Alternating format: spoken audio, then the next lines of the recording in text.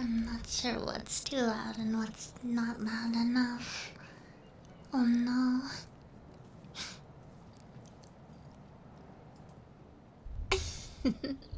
Mm, no.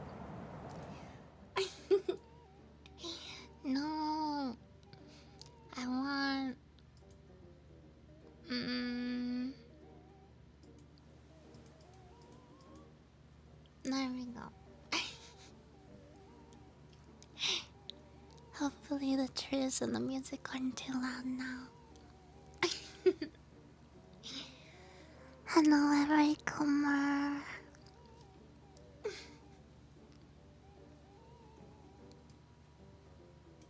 Happy birthday. I'd feel really bad for Kumama if I had a birthday.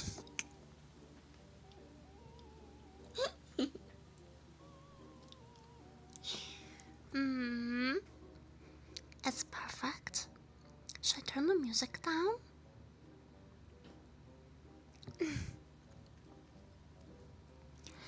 Hello, every comer. Hello. It's not my birthday. It's not my birthday yet. It's not my birthday. Ah, you like the Coomer ghosts? I hope that when Molly makes the Coomer design, they look something cute like these. For now, we'll just pretend it's you guys dressed up for Halloween. Felon! Okay, I'm glad you're here. I actually brought something today. Hello, everyone. Hello, everyone. Today, I'm gonna be reading some scary stories I found online. And, that's the plan. That's the plan. But, since Fallon's gonna leave soon, I figure I might as well pull out the gift that they got me.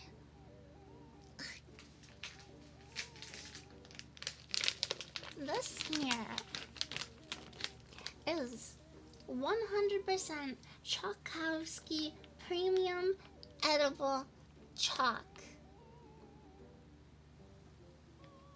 They bought me edible chalk. So, I haven't opened it yet. Wait, it's not like... Wait, is it just... It's like a soap bar of chalk. How do I open it?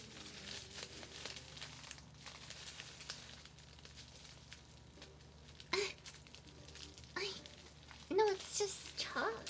I don't even know if that has a flavor.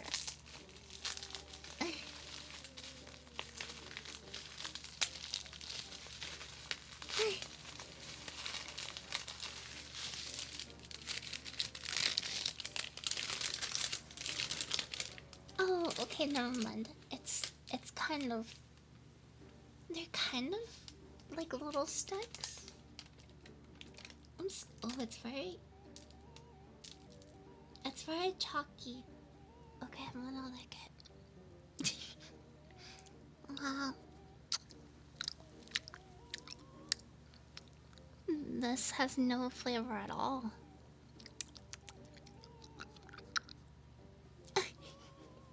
Okay, I'm gonna take a bite of one of them. Ready?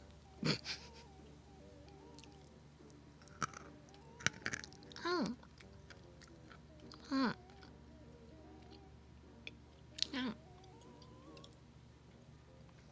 Am I really supposed to be eating this?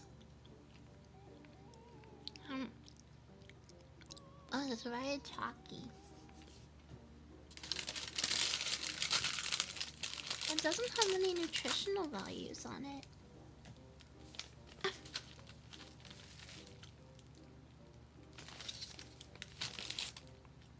Ugh.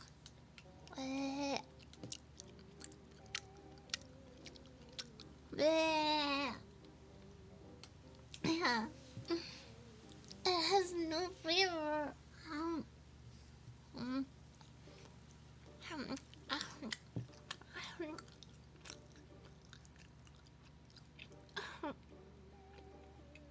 Do you think I wasn't actually edible?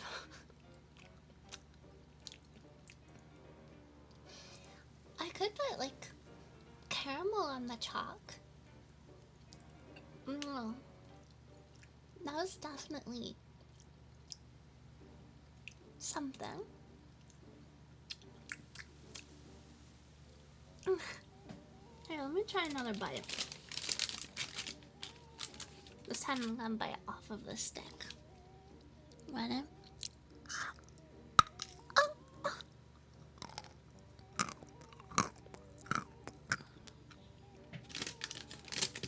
Hmm.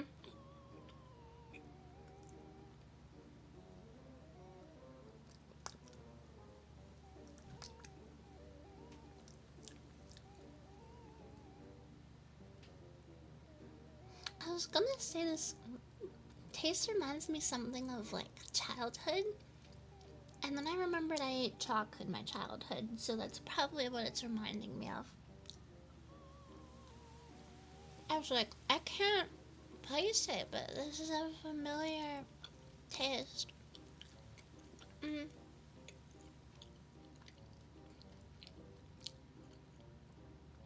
Yeah, it tastes like chalk. Mm.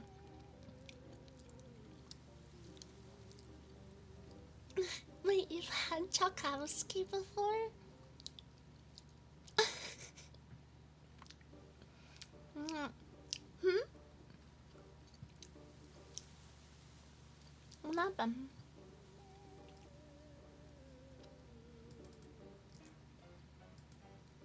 Wait, did Stream die? What the heck? It says I'm still alive.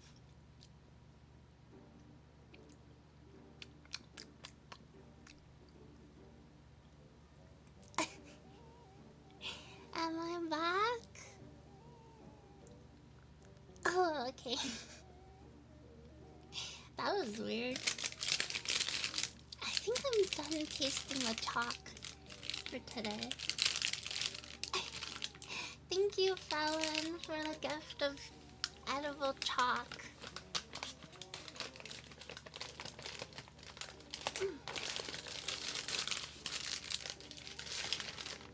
That was an interesting taste.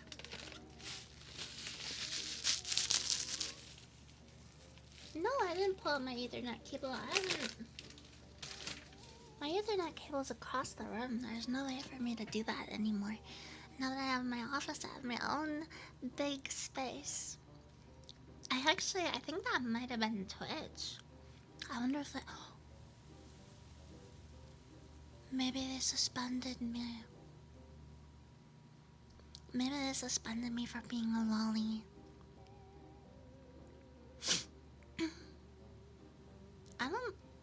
I don't see anything. Oh no, you're cooked.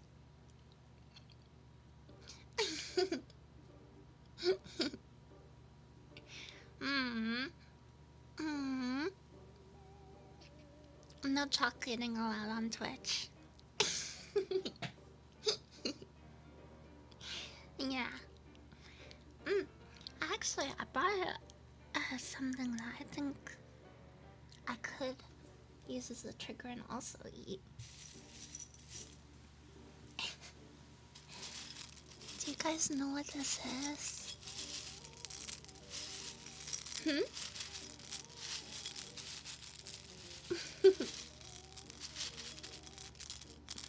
No, but you're close.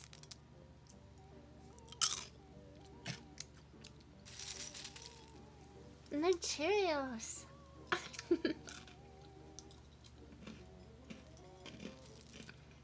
Wait, no, I lied. It's aquarium gravel, yeah. I'm eating aquarium gravel. Um.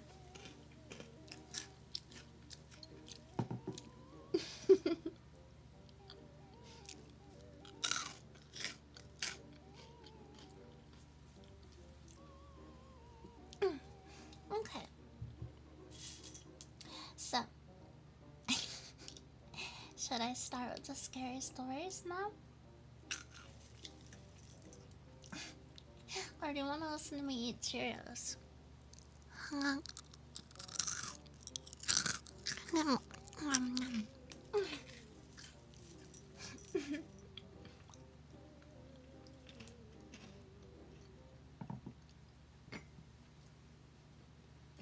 How do I feel about the music being on? I can turn that off. God, there's chalk on my desk now. What the hell? What the hell? Oh, I have nothing to stir this with.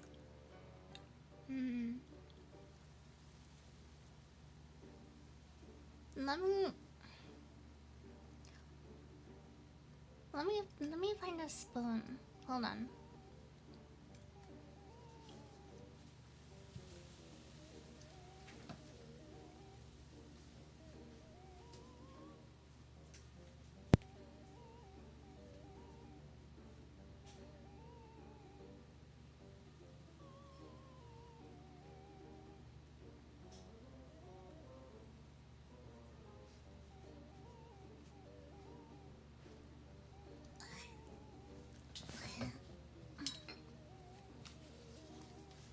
I'm not gonna stir. I'm not gonna stir with the chalk.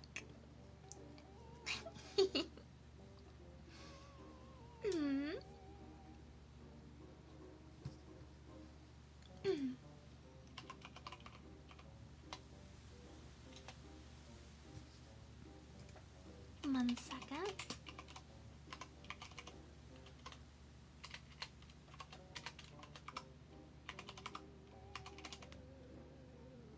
There we go.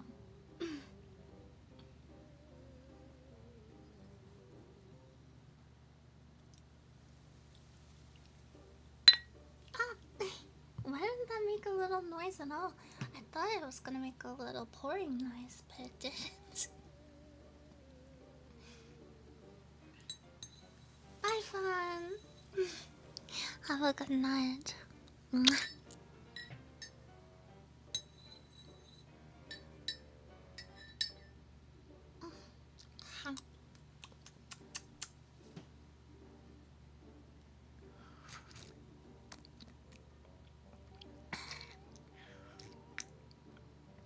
Okay. I have my coffee. I have pumpkin coffee. I made it myself. Well, like I didn't make the grinds, but I made it in my coffee machine. I think that's like the only Halloween treat I've had so far this year.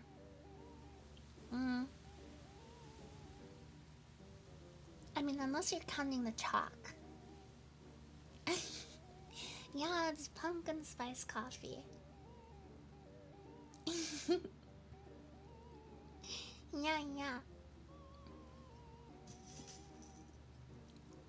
Oh.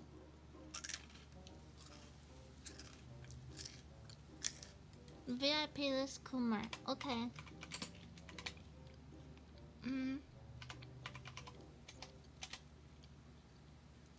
They are not VIP.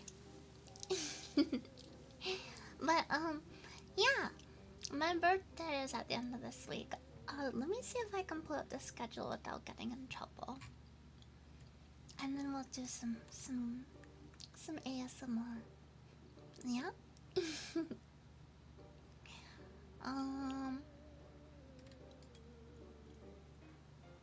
Bum bum ba-da-da-da. Yeah, I can pull this up on stream, I think.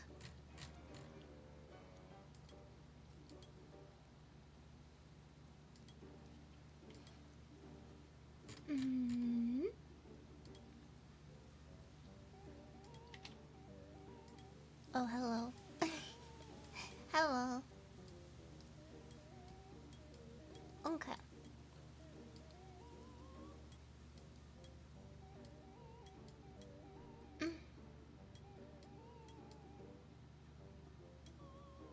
There we go.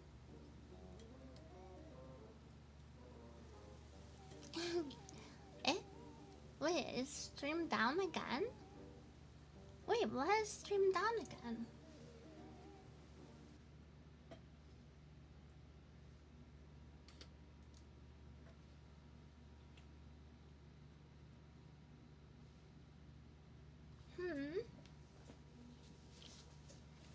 What the heck? They should both be in. That's weird.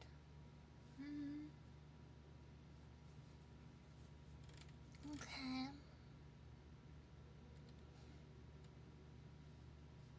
Eh. Eh.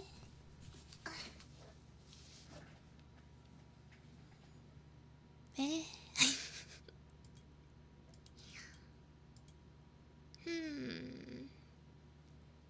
Why can I not hear anything?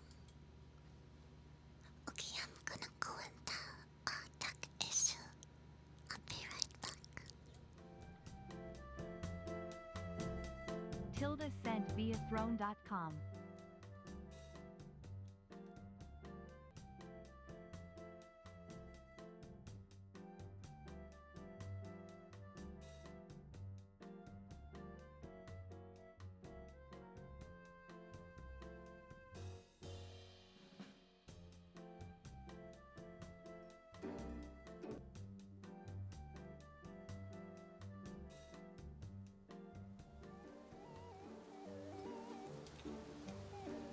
Okay, I think I'm fixed.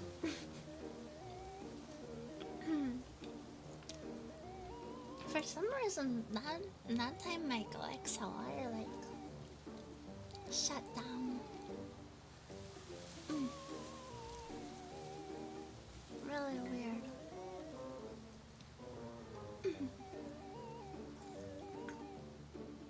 I didn't fix anything. I just waited and reset my Go XLR. I think I'm at the limits of Twitch right now. I have 6,250 kilobytes per second. Is that 6,500? Is that a lot? That feels like a lot. Anyways, tonight we're gonna be reading spooky stories. And then tomorrow I'm gonna be setting up my my GameCube that was gifted to me. And we're maybe gonna play Cyberpunk too.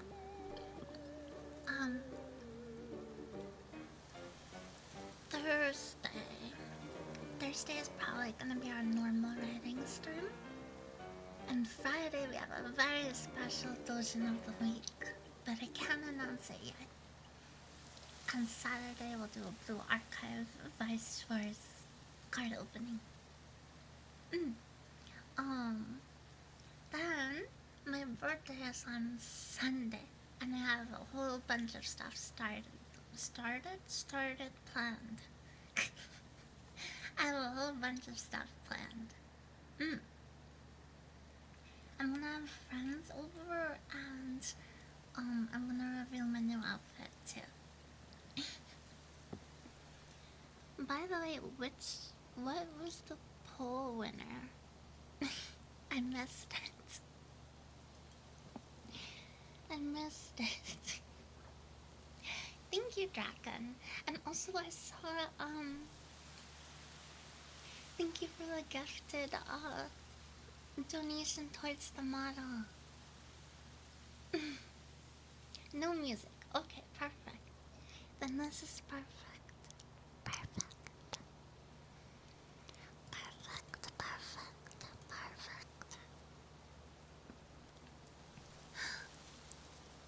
Did you hear that?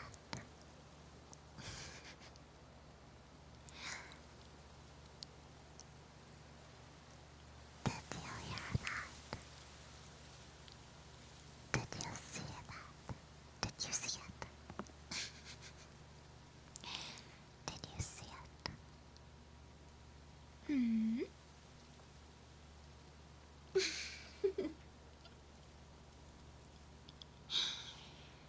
pulled up a bunch of spooky ASMR triggers, but I don't know how spooky these are. Some of these seem kind of lame.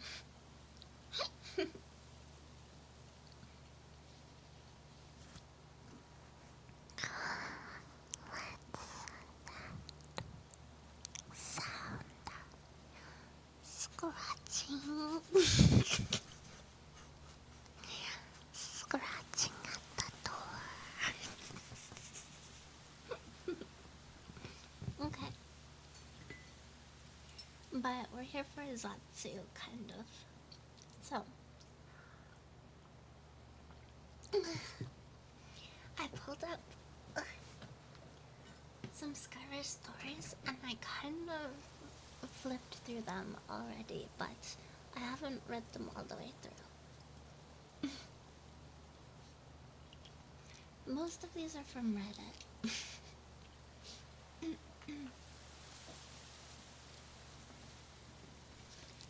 Are you ready? Are you comfy? I have a blanket that looks just like this blanket on my model, and I have it, it's under my butt, right here. I recently washed it too. It's just nice and fluffy.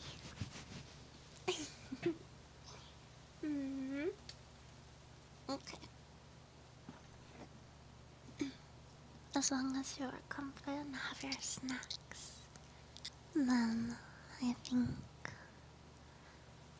think we're ready. Yeah? Oh, by the way, I wanted to say that, the little setup I have here,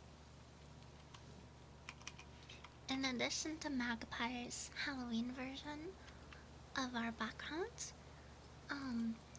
the little ghosts and tableware is made by, someone on booth named named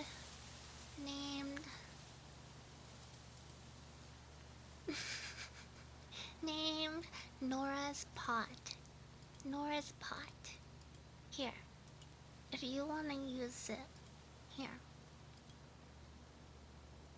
It was only like 20 bucks. And there's more than just this, there's a whole bunch of stuff. Okay. Hi, Mad Mahide. I'm good. We're gonna go. We're gonna read some spooky stories I found online.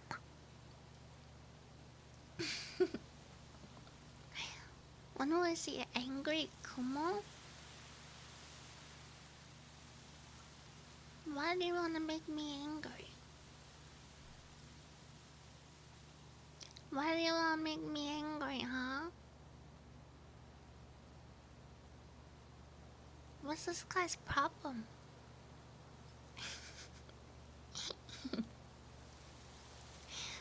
Okay, ready? I'm just gonna read them straight off the page.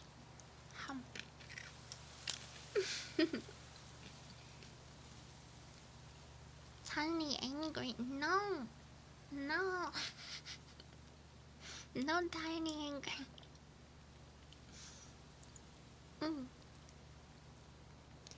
I used to live in a small village of about 140 people. At the time, probably less now, in northeast France. We lived on the east part of that small village, which is basically a street. About 100 meters from our home was the home of the parents of my stepfather. Let's call him SF. Why do they do this? And right next to their house is the house that used to be the home of my stepfather's great parents' house, who both died long before my mom and I arrived in the village. It was the beginning of summer in 2013. I'm gonna move this over here. There, that's better. The house of the great parents of my stepfather was now occupied by a Croatian man we'll call Mr. G. He was a very nice guy who became good friends with my family and still is. He arrived in the house about a year ago at that point, and since it was summer, he left to visit his family in Croatia. So he asked us to watch his house while he was gone, which I did. I was 17 at the time, by the way. I would arrive at around 8 a.m. in the morning and leave around 11 p.m. It was a nice house with 2 floors, and while I would spend 90% of the time on the first floor, I would sometimes go upstairs to go to the toilet.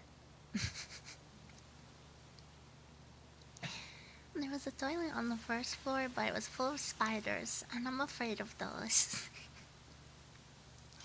Sounds like a skill issue.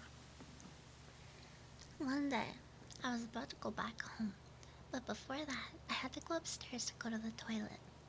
The second floor always felt a bit off at night, like you weren't supposed to be there, like you were perturbing someone or something. The second floor was composed of 4 rooms, 2 bathrooms, and 2 toilets. 2 rooms and 1 bathroom and toilet on each side. I always used the toilets on the left, though as the ones on the right didn't have any lights for some reason. Potty spiders. Anyway, I go upstairs. The door of the toilet on the right is open, which gives off a creepy vibe as it is pitch black, but I decide not to pay too much mind about it. I enter the left side's toilets and do my business then. As I open the door to leave, I see on the toilet across the hall the face of a woman, or, more precisely, the head on the toilet, as if it was put on it, looking at me, somewhat smiling. Not a maniacal smile, just a smile. That scared the living hell out of me.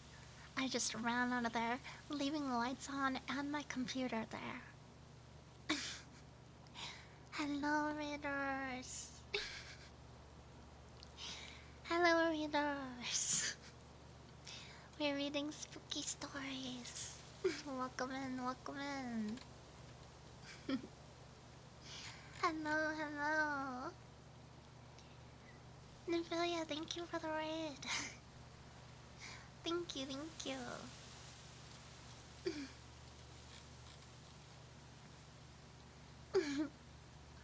Thank you, thank you, thank you, thank you, thank you. What's that spooky noise? It's the raiders.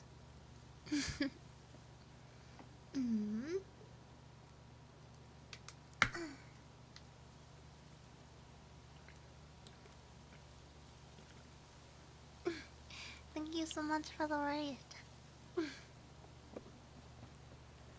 Thank you, thank you. Alright, I'm gonna continue our scary story now. Ready? A little bit of backstory. Remember that I said Mr. G arrived in this house about a year ago? Well, before he arrived, the house was bought by a family of 2, who ended up having a 3rd child while living there. They arrived in 2009, early 2010, and they left abruptly in 2012. The reason as to why they left is pretty sad. Apparently, the father worked a night shift, and one night, the mother had a terrible headache. Like, bashing your head on the wall to calm the pain kind of headache. And apparently, they didn't have any medicine for it, or at least, any that wasn't strong enough. At one point, she had to go get help, and so she left the house and went to her neighbors, my stepfather's parents. Unfortunately, she would die on their doorstep. She died of a ruptured aneurysm. After that, The family left shortly thereafter, which is understandable. Also, oh, that was my rest.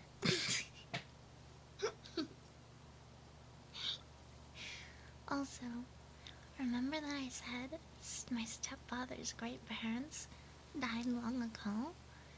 Well, after the great grandfather of the stepfather died, his wife committed suicide shortly thereafter.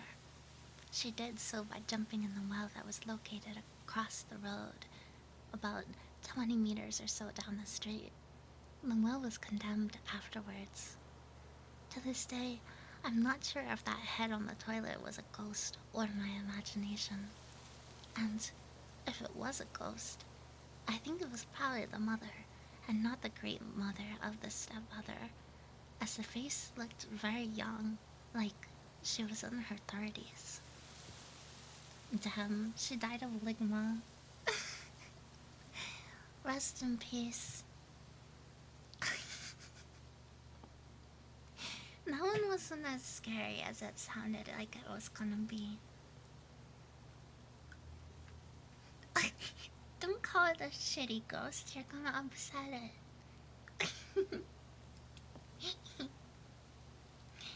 Okay, the next one was, I think my son is seeing the man that died on our property. My son tells me creepy stories all the time. He'll tell me that he met a boy playing at our house, built in the early 1800s, alone with a name that I've never heard, that fell in with the pigs. We don't have pigs, but I guess there was a farm that did at some point. And he got really hurt, but he was fine, and now he sees them around the property. He also sees a girl that was playing outside and had to lay down, but she didn't fall, and it was really, really cold, but she couldn't get up. And then she went to sleep and died, and her parents cried a lot, but she came back when they still cried because they couldn't see her. Okay. Okay, fine. But this is where it got me. When we moved in, my son said, "There's a man in the driveway." I didn't see anyone. He said he was right there. He's done this before at the last place, but this time he asked me to close the curtains, and that the man wasn't very nice. Today, I asked him if he remembered the guy from the driveway that I couldn't see. He said, yes, I didn't like him. He was not nice. I asked him why he wasn't nice, and he said, not nice things. I asked him to tell me more. He said, sorry, my coffee's in my throat now. He said, it's not safe for mamas and drivers to drive anymore. And that's what he was saying, right there in the property with his car. I didn't like that. The crazy part is, there's a cross on my neighbor's land beside ours. A young man crashed his car into a metal arch that used to be cemented at the road, flipped, and landed onto their land. Why are you spelling errors on your Reddit post? The bent arch remains on our property because it's too big and heavy to move, but it sounds like the arch isn't all that's here with us. Ooh, spooky. Spooky. If you're gonna make up ghost stories to post on Reddit, at least run them through Grammarly.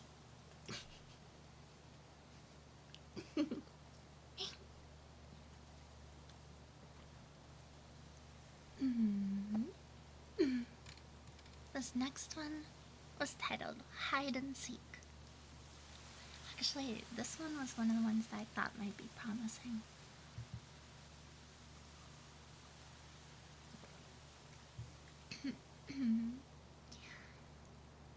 My wife and I have been renting our house for the past 2 years. Sparingly, throughout our tenure, we have heard running in the attic, Bangs on the ceiling of the basement. I've seen shadows following me. It's literally just Shondo. We've heard full conversations outside our bedroom window. Locks on our doors being changed. Wait, what? The actual lock was changed? I think you might have more than a ghost problem, but anyways, I'll continue. Ghost locksmith. And other odds and ends which have given us the spooks. I'm hearing things move upstairs as I'm typing this. Yesterday, it has seemingly intensified. When I got home from work, I came home to greet my wife and 2 daughters. Man, you don't have to rub it in my face, dude. The kids were napping, and they decided to play Fortnite to take advantage of the kids were napping, and we decided, damn, his wife plays Fortnite with him? I don't believe it. I don't believe the story. I don't believe the story. No.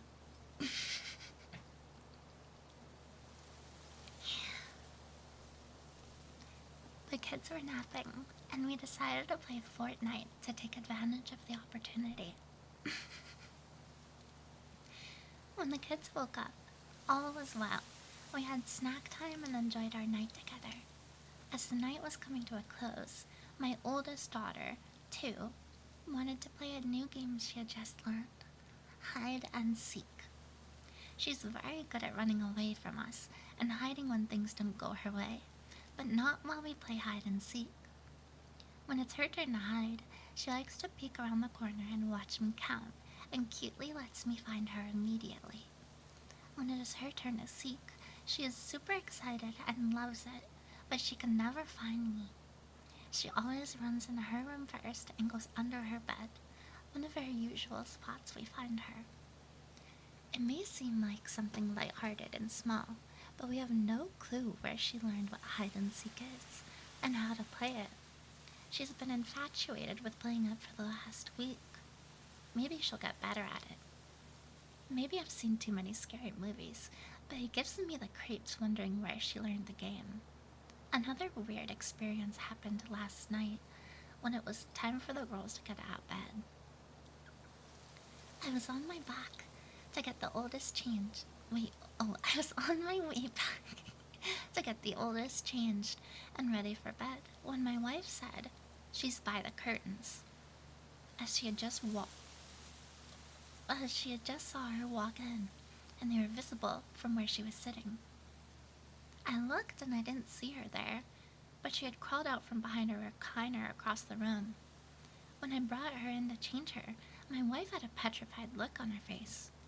She said she was staring at me with a blank face and stared at me for 10 seconds, and then went by the curtain to the corner as you were walking out. I don't get it. That's just normal child behavior. She watched the Mr. Beast hide and seek video. Mr. Beast radicalizing the children. Okay. Today, I went downstairs about an hour ago to our basement to fluff our laundry in the dryer, to find the 4 bottles of detergent and fabric softener, along with a couple other things we keep on top of our dryer, had all been knocked down.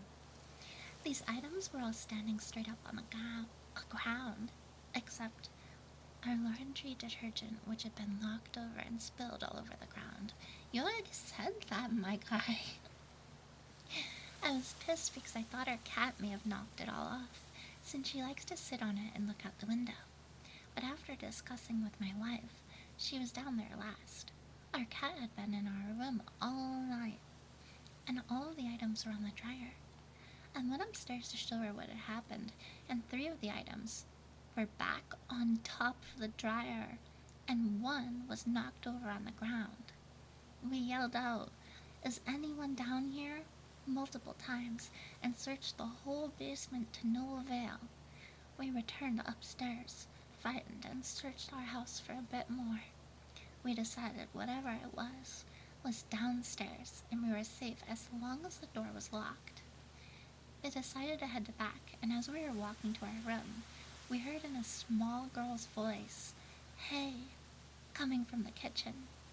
Yet, our daughters were asleep.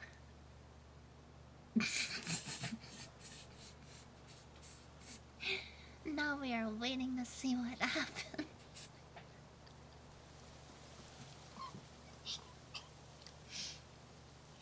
I'm gonna give that one a 1 out of 5 believability. Not because there was a little ghost, but because his wife decided to play Fortnite with him. I don't believe him. I don't believe Reddit bros marry women that play Fortnite with them.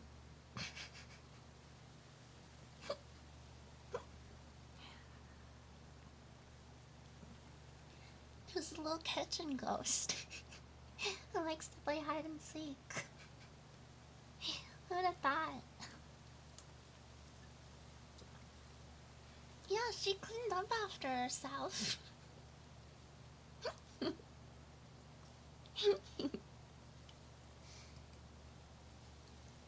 This one is, another bathroom story. My dad walked into the bathroom, but never left. This happened a few years ago, and it still freaks me out to this day. My mom and I were in her bedroom watching TV when my dad came in. We both saw him walk straight past us into the bathroom and lock the door behind him. We didn't think much of it at first, but after about 2 hours had passed, we realized we hadn't heard anything from him. No running water, no toilet flush, just silence. We called out to him, but there was no answer. My mom started to get worried, so we went to the door and knocked. Still nothing. At this point, we were freaking out a bit, thinking maybe something had happened to him in there, so we tried to pry the door open. When we finally got the door open, the bathroom was empty. There's a window in that bathroom, but it's too small and high off the ground, so no other way out. We were completely stunned. We looked at each other, trying to figure out what the hell had just happened. I walked to the living room, and that's when I froze. My dad was sitting in his chair, casually watching a movie like nothing had happened. We both asked him how he got out of the bathroom without us noticing. He just looked confused and said, "I never went to the bathroom." But we both saw him. We both heard him lock the door. To this day, he insists he never went in there. I can't explain it, and I try not to think about it too much, but it's like a part of reality just slipped for a moment. It's one of the creepiest things I've ever experienced. I thought they were gonna say that their dad just disappeared. And we never heard from him again.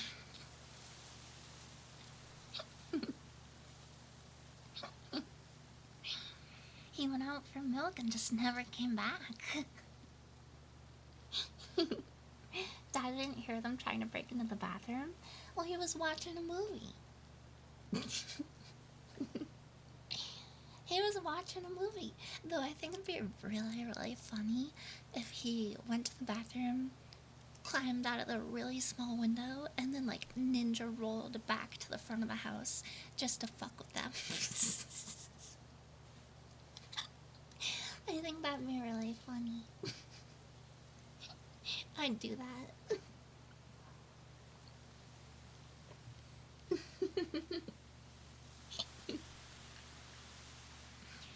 I wonder if there's any good comments in this one.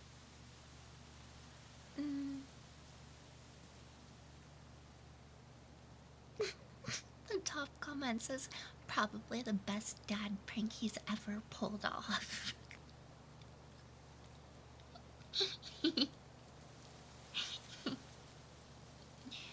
Okay.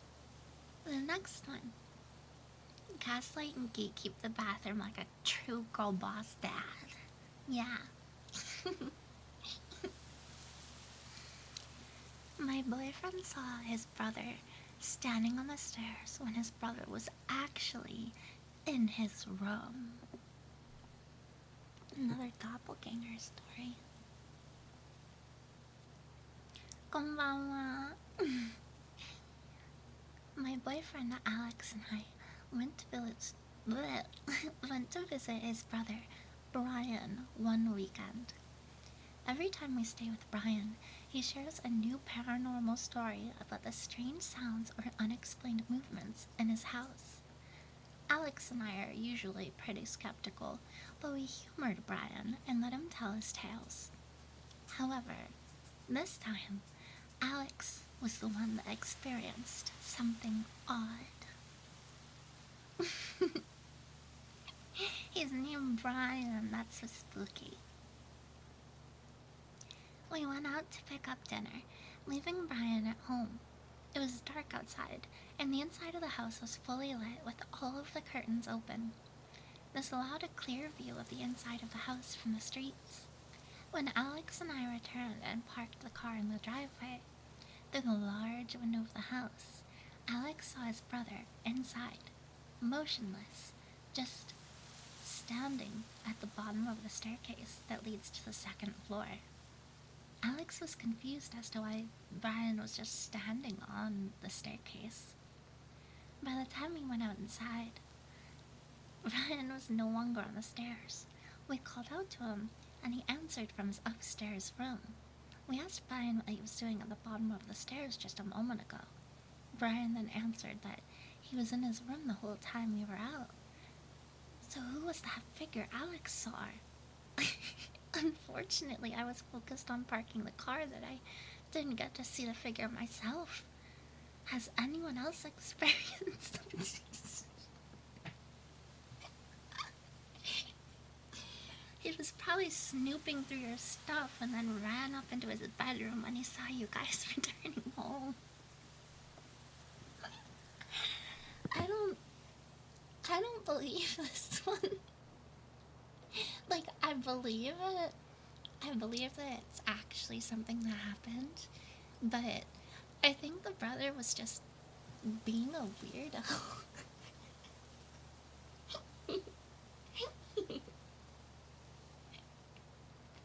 Guy, home alone, was home. Dun dun dun. He's just standing there, menacingly.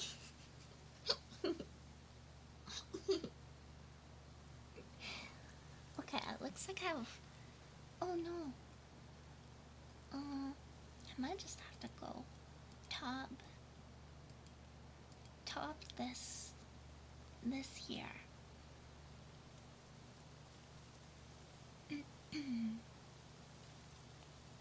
Oh, these are all pictures. Oh, here we go.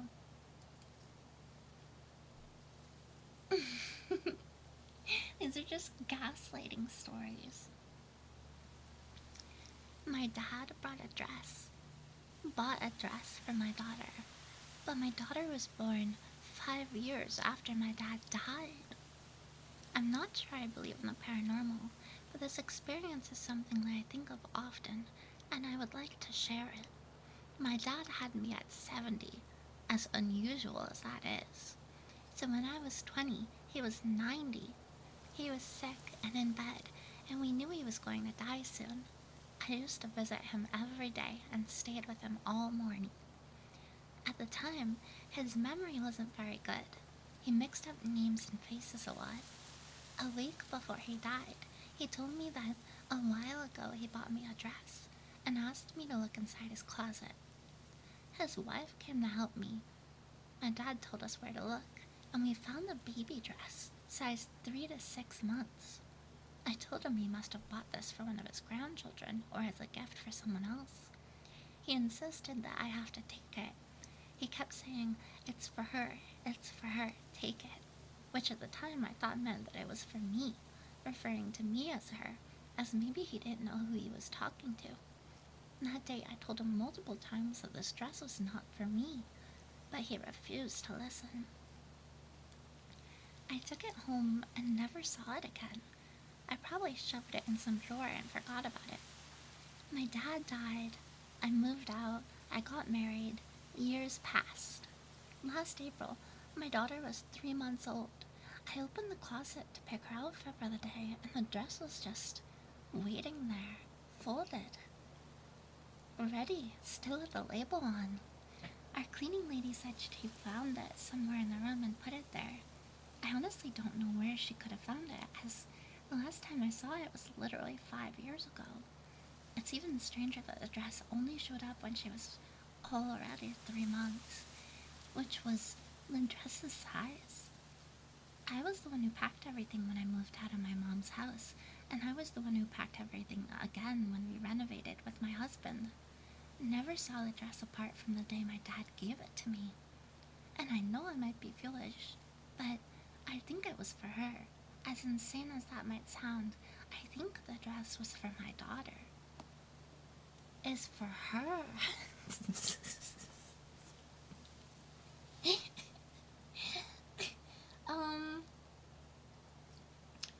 um, that one wasn't very scary either. That one wasn't a ghost story. That was just, yeah.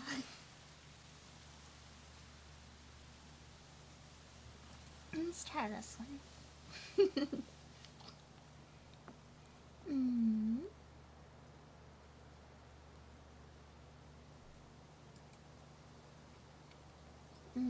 No, that one was really short. Um,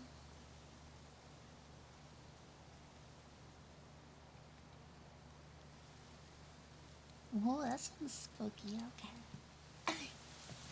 This one's titled, I Had to Tell My Husband He Died.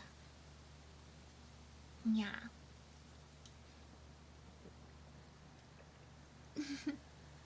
Ready? Kumo-chan. Kumo-chan no koe suki. Koe? Koe? Nani wa nani koe desu ka? I think this one has potential. Ready? No more Fortnite. That one didn't have any Fortnite in it. How am I supposed to enjoy it? Downvote.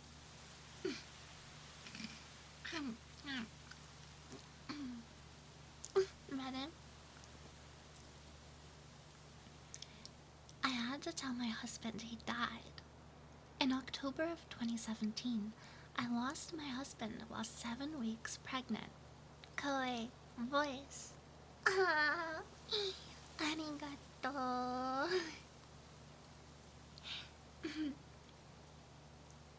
The day he died, I left work in a hurry. We shared some texts after he woke up about a phone interview he had later in the day, and about him having some pain in his leg, and then a quick phone call a couple hours later to tell me he was running to the pharmacy for pain meds. I attempted several calls about an hour later to make sure he made it home safe, but there wasn't an answer, which wasn't like him. I tried calling him for hours until finally a woman answered his phone, stating she was with the sheriff's department and asked for me to come home. At the time, I worked in a prison, and out of fear that he might have gotten into some trouble, I left my post to go to my car and sped the whole 30 minutes drive back to town. Upon turning to our parking garage, I see a large white van that read, Coroner. As I walked up to our home, I was greeted by the same lady on the phone blocking my view into our home, who let me know my husband had suffered a heart attack, later confirmed as pulmonary embolism, explaining the leg pain he mentioned the morning of his death. Apparently, my husband made it back home and into the house, and locked the security door before collapsing from the heart attack. He screamed for help, but our neighbor and her son heard, and ran over to help, but they couldn't get into the house due to all the doors and windows being locked. The son later apologized for not breaking a window and stated due to the shock and panic he lost all sense of reason. They were able to talk to him through the door while they called 911. 1111. 911. But unfortunately, he stopped responding a few moments before help arrived, and he was pronounced DOA. A week or so after his service, his best friend's wife offered a cleansing and card reading by her mom. Although I was skeptical, at the moment I was desperate for any kind of communication with him or closure. She mentioned a lot of interesting things in the reading, but the most prominent for me was that he was currently in the stage after death, where the soul relives its whole life. She compared it to when people say their life flashes before their eyes. She said it was a place every soul visited after death as a way to reflect on the life they lived and the person they were. She told me his death was so sudden that he hadn't realized he had died yet and that I would need to help him cross over. She said that as she asked me for $100 for the reading, and that's the scary story. No, it just keeps going. I don't know if this one's gonna be scary.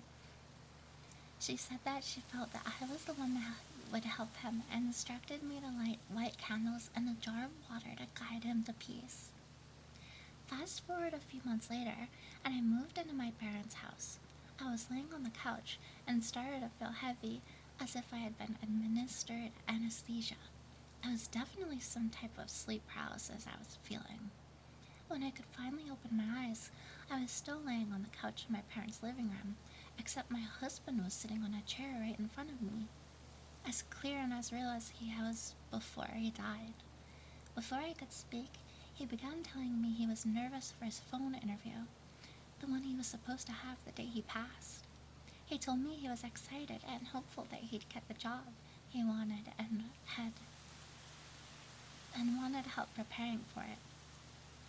I looked at him with pain and tears as he began to repeatedly ask me what was wrong. I apologized. Baby, I'm so sorry. Do you remember the pain you had in your leg? You had blood clots. One made its way to your heart. You weren't going to make it to the interview, baby. You died. I'll never forget the look on his face. It was a long period of confusion that turned into realization. I apologized again. I had told him I loved him and begged him to respond, but he sat there with a strange look in his face. I immediately woke up.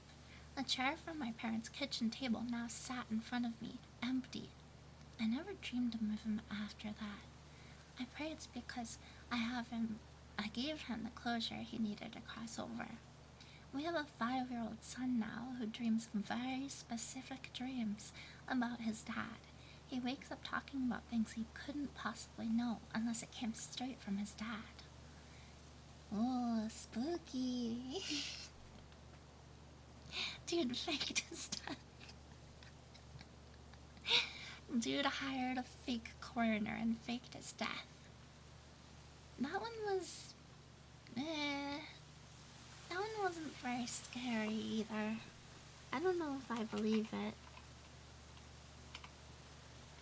I'm gonna try the ghost story subreddit.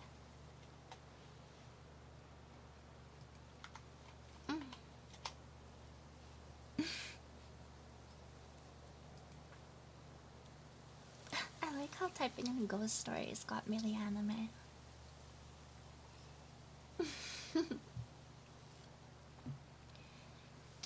Did Twitch die again? Oh no. Oh, all of our new viewers are gone. Oh no, that's sad.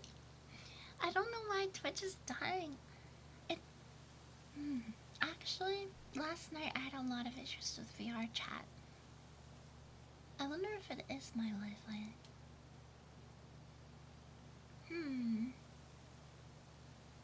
I'll check it later if it happens again. Let's see. Top. This month. No, this year.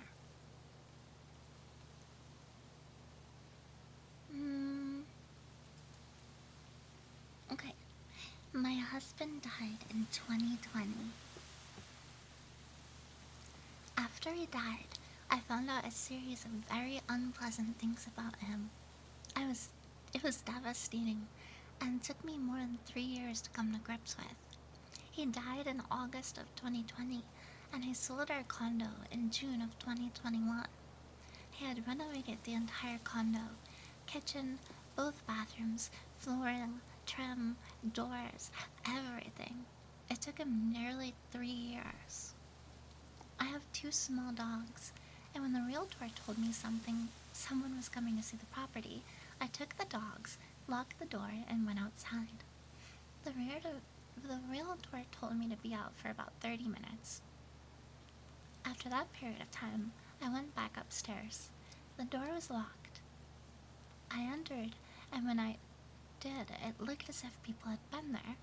Doors were moved, the laundry doors were wide open. I had closed them, they were barn doors. I then got a text from the realtor asking me why I didn't put the key in the lockbox on the main floor outside. The people couldn't get in with the realtor.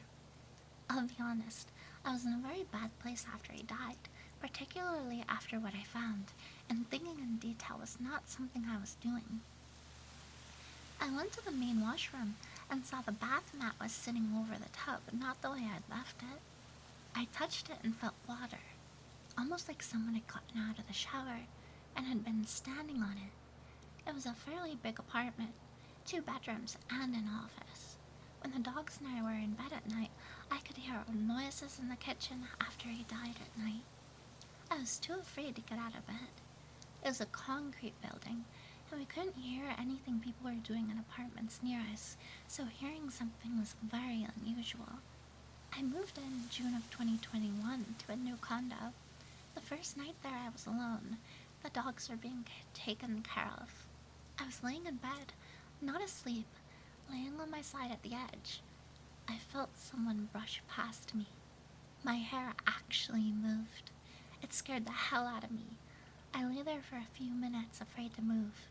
Finally, I moved again, recently far from where I'd been living.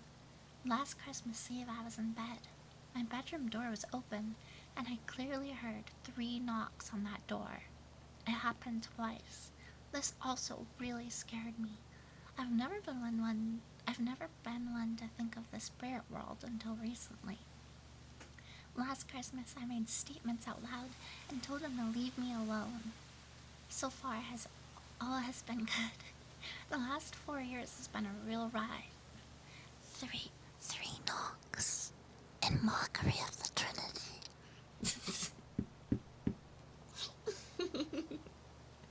They always say that on like those ghost hunter shows. They're like, oh, did you hear that?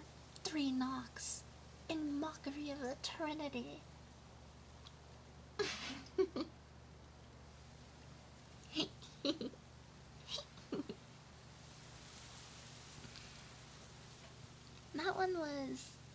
That one, I feel like I would have been more spooked if she told me of those horrible things that her husband did.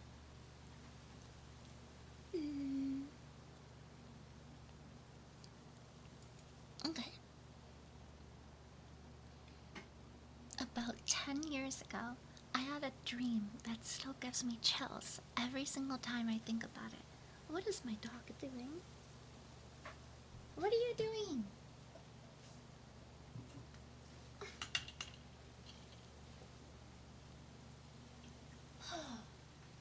There was no one there.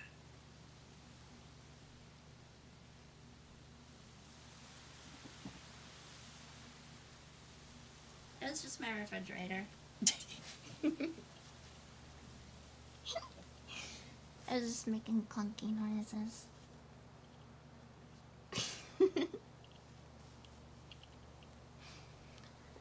I heard my dog in the other room, but she's right here beside me.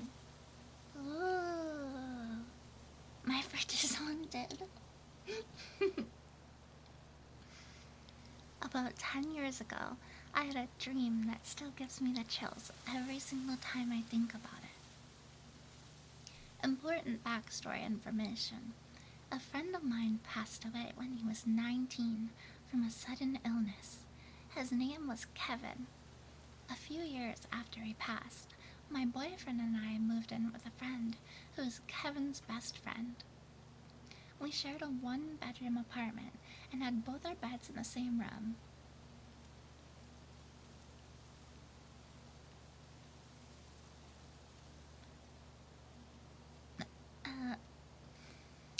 I have thoughts. Okay, that's a scary story itself, but anyways. One night, I was sleeping and dreaming. I can't remember the beginning of it, but my dream suddenly changed. It got really bright, and I was walking up a set of stairs leading to an apartment door. I opened the door, and there was Kevin, sitting on the couch of the living room of this brightly lit apartment. I said hi to him and sat down on the other couch, facing him. He said hi back and smiled. I started asking him how he was, and that we all miss him. He said he was great, and that he missed us too, that he's keeping an eye on us from where he is. Anytime I asked him about where he was, he would say, "Can't talk about it," or he'd have to leave. I said we don't have to talk about it. He said we shouldn't be sad about his sudden passing and to live our lives and be happy, to love one another, stuff like that. After a couple minutes, I suddenly woke. It's the middle of the night. I looked around to the room. My boyfriend was snoring away, and my roommate was asleep in his bed. I tried to go back to sleep, but couldn't shake the feeling Kevin was somehow still in the room, as if something was watching me. The dream just felt way too real. While looking around the room, I said, "Kevin?" out loud in almost a whisper. My roommate's head lifted off his pillow suddenly, and he turned around to face me. He said, "Did you just say Kevin?" I responded with something like, "Oh yeah, I'm sorry, I just had a strange dream about him." He froze, and then he said, "I just had a dream about him too." I asked him what happened in his dream. We had the same dream at the exact same time. I don't. Listen, lady. Men are wily creatures who will, even though they are your roommate and your boyfriend sleeps with you in your shared apartment with them, will still attempt by any means to not be friend zoned. I don't think he had the same dream. I don't think he had the same dream, guys. I don't believe it. I think he was probably like, "Oh, me too." That was literally a Nightmare on Elm Street line. Yeah, I don't believe it. Oh, this one is like, this one's like a Saya no Uta, but instead of meat, he sees dead people. Let's read this one. Wait, so there's two guys and one girl in one apartment? Yeah, and they share a bedroom. And they share a bedroom.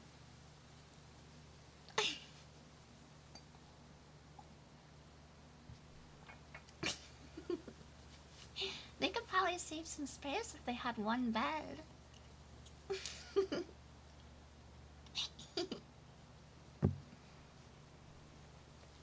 I had a surgery go a little sideways, and now I see. And they were roommates. I had a surgery go a little sideways, and now I see dead people. I have to tell somebody because I'm shook. I had surgery a month ago, and ever since I woke up from surgery, I can see dead people as shadows. They're just. I can't take this one seriously. I can't. We're not reading that one. We're not reading that one.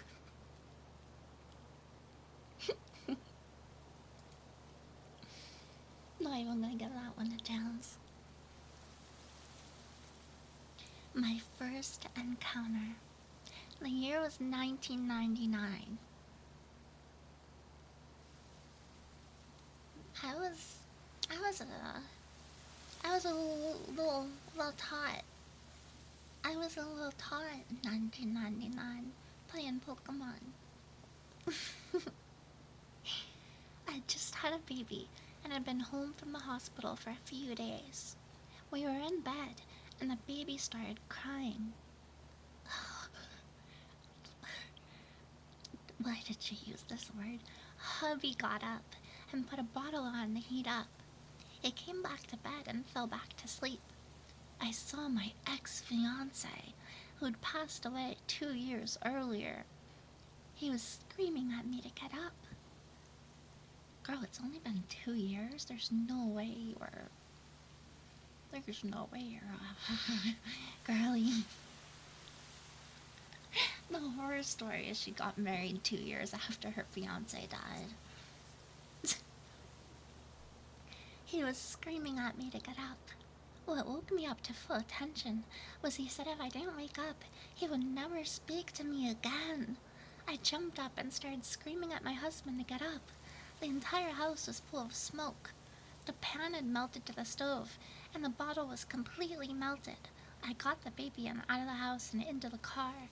My hubby opened up all the windows in the house, and we went straight to the ER, where my husband and I both needed breathing treatments. The baby was perfectly fine. It was a scary time. I've never shared this story with anyone before except when my husband asked me why I woke up.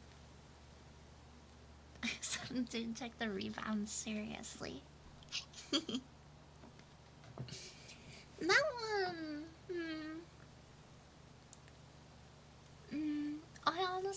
I believe her. I believe her because...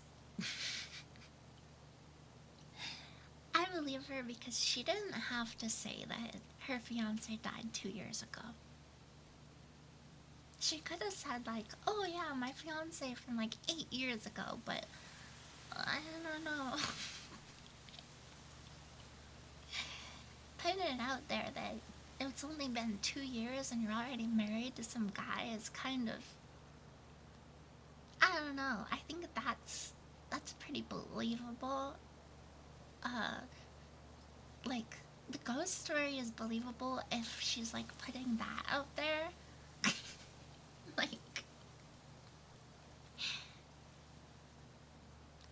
I do think she probably hallucinated or like had a scary dream, and the person that was on her mind that like is like her like lover or protector is probably the first thing that came to mind to wake her brain up. But also that's kind of sad for her husband. That's kind of sad.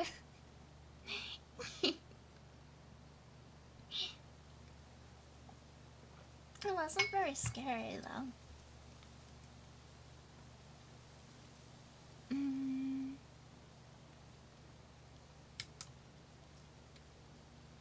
Okay, let's go with this one. Cucked by a ghost.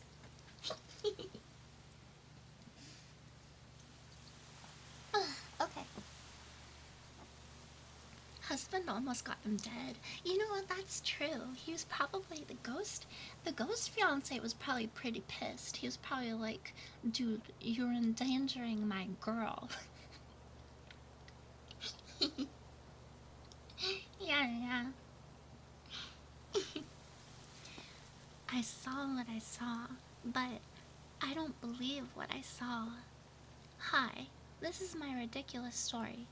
I'd like to say, first, that you don't have to feel bad if you don't believe me, because I struggle so much with believing it too.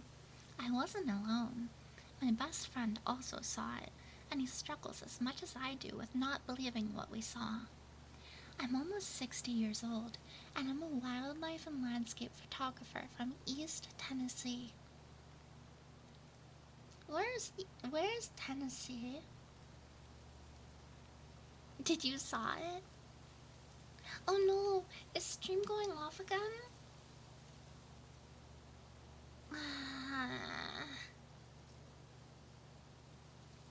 Man, what is up with stream today?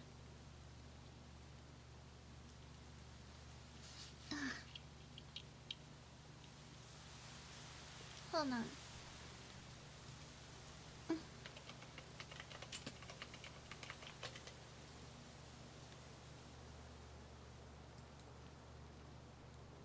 I will, let me reset the Wi-Fi.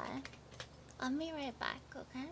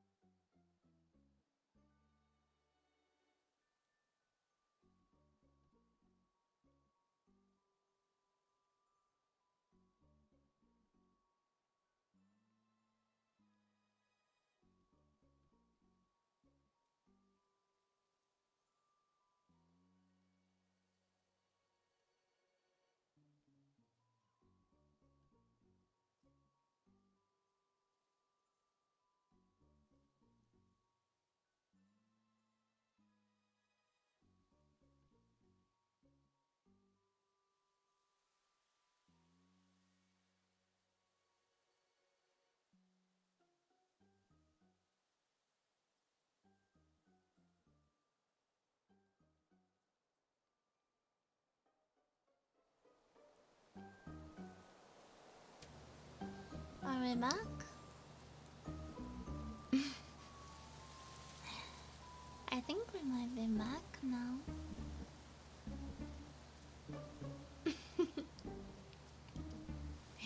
Hopefully.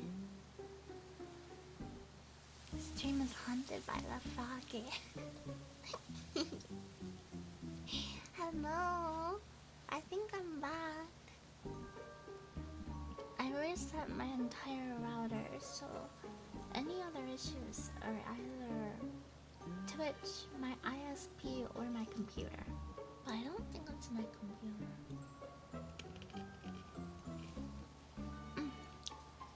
I got a message from Sensei today. She's ready to take the first payment for One-san Kumo, for Mama Kumo, or mature Kumo, I guess.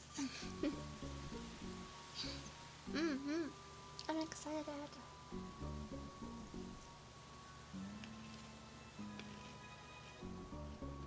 I need to ask her when she would like the first payment. Yeah, it'll be Gyaru Kumo eventually. She's gonna have a default outfit first. But, Sensei's been writing a comic book, so I'm not sure, I think she should be able to start it soon, but basically the sooner I give her the money, the sooner she works. Okay. Celebration carnitas. I could go for a good carnita right now. Ghosty, welcome to stream. Welcome. We're reading spooky stories right now, but the stream keeps dying, so...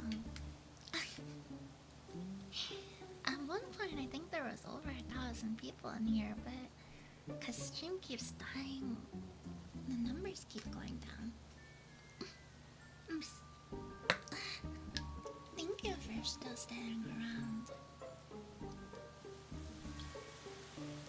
Yui! Thank you for the sub. Thank you. Your small spiderling eats carnitas on stream. Ugh. Okay. It is tea time. I have coffee though.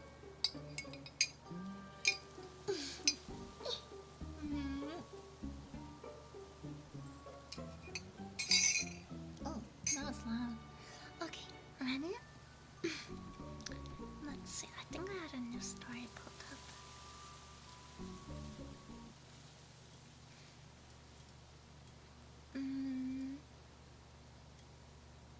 Where is it? Okay. I'm almost 60 years old, and I'm a wildlife and landscape photographer from East Tennessee. I'm from Townsend, which is located in the Smoky Mountains, and I no longer live at the location where this happened, but I'm still close by. I didn't know that there were mountains in Tennessee. I thought it was like flat, right? Or is that just Kansas that is flat? I don't really know much about all of the different territories of the US.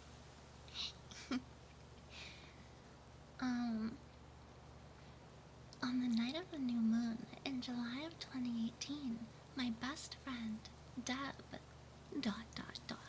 came over to my house. Why is she saying ... Around 11:30 p.m.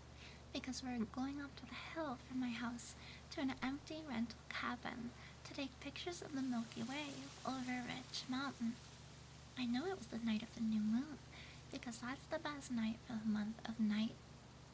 That's the best night of the month for night sky photography, since the moon wouldn't wash out the light from the stars. If you stood on my road, where you turn into my driveway, it actually looks like you're turning into the driveway of the rental cabin because we share the same driveway. We pull into the rental and curve left down our long gravel driveway to the mobile home we lived in before we moved into our house where we now are. Straight across the street from the rental cabin is what locals have always called the shale pit. It's just an empty lot, about an acre or two big. There's a family from Townsend who owns it, and they use it to dig up shale for new driveways of houses. That was their business. They built driveways, but their part was just to dig it and lay down the shale. They also let the national park bring trees there to use the space to burn them after they collected them. When we'd had bad storms, strong winds, or heavy snows that knocked the trees down.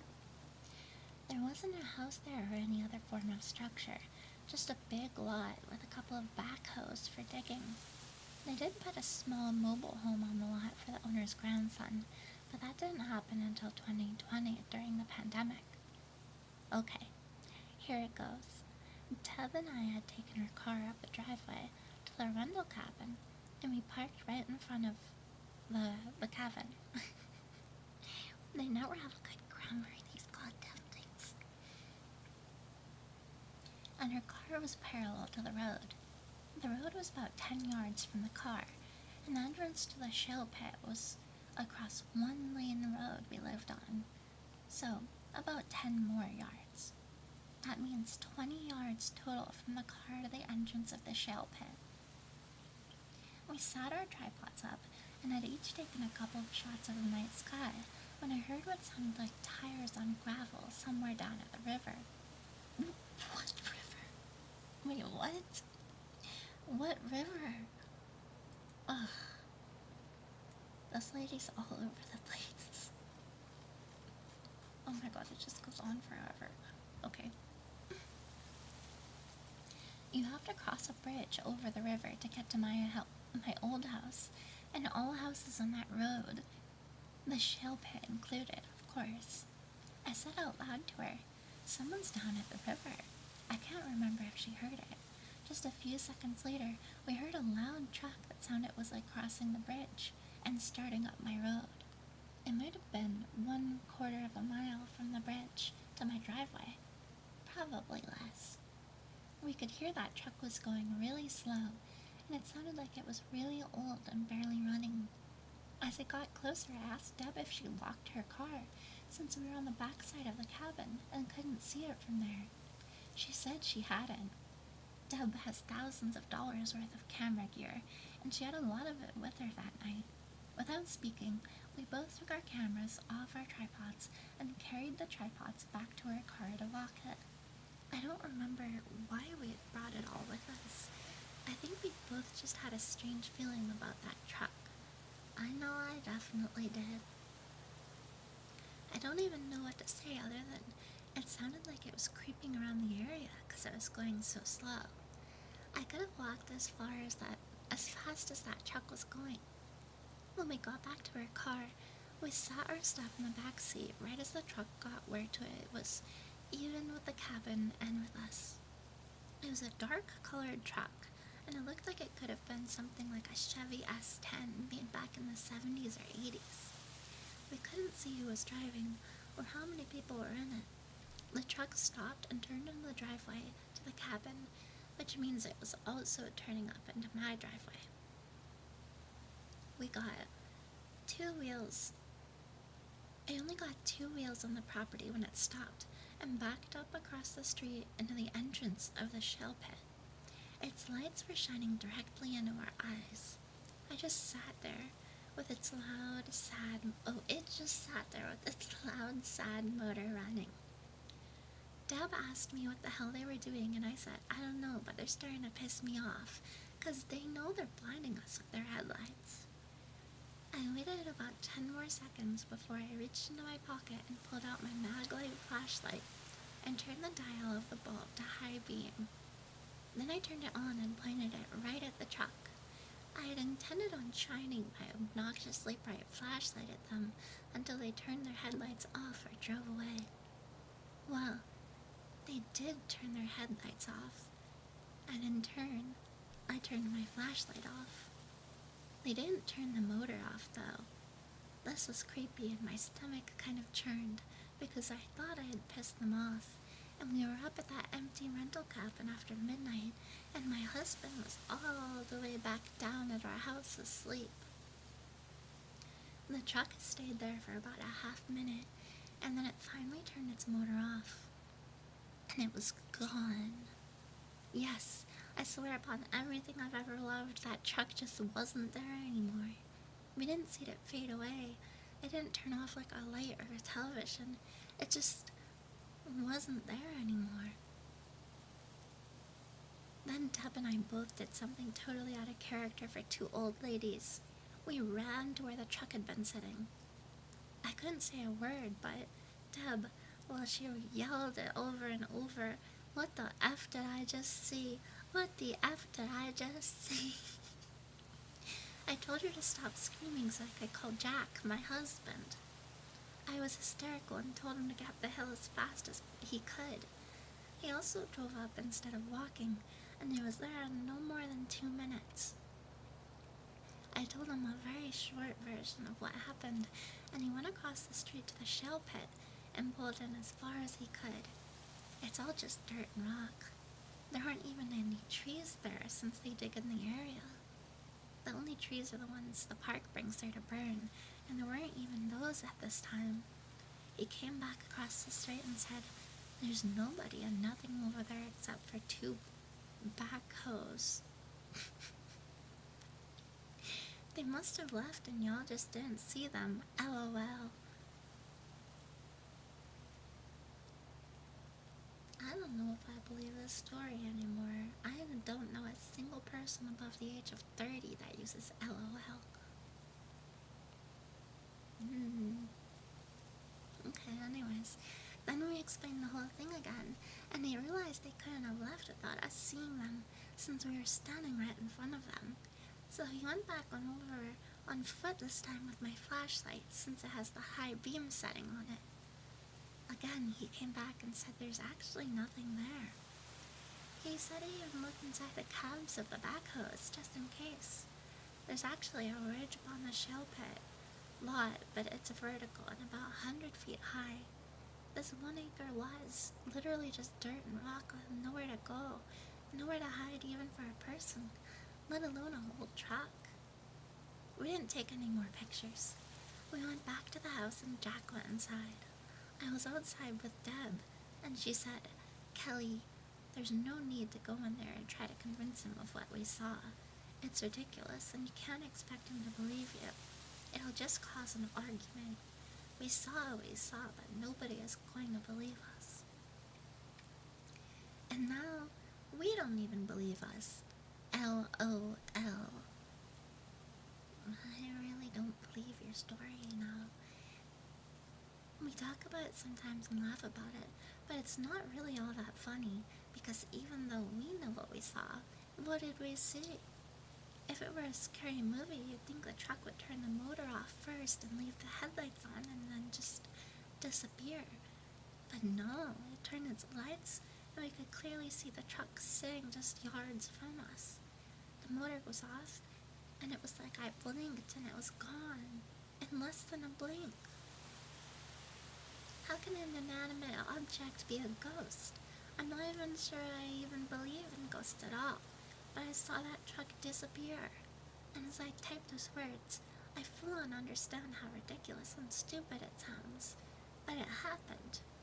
But I don't even believe it. It's a weird place to be in, and Deb is in the exact same place.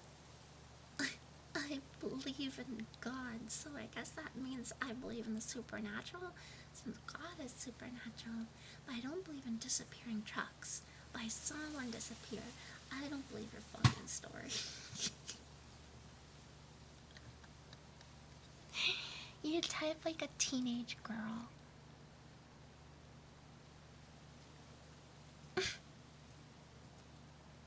LOL.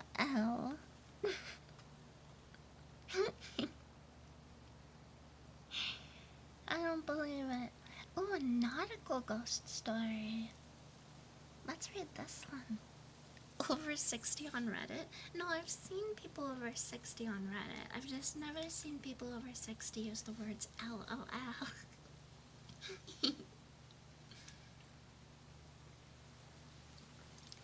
God Truck was probably saving them from the aliens that were planning on kidnapping those two hot grandmas. You're right. God Truck was sent as their guardian angel. You're right, you're right.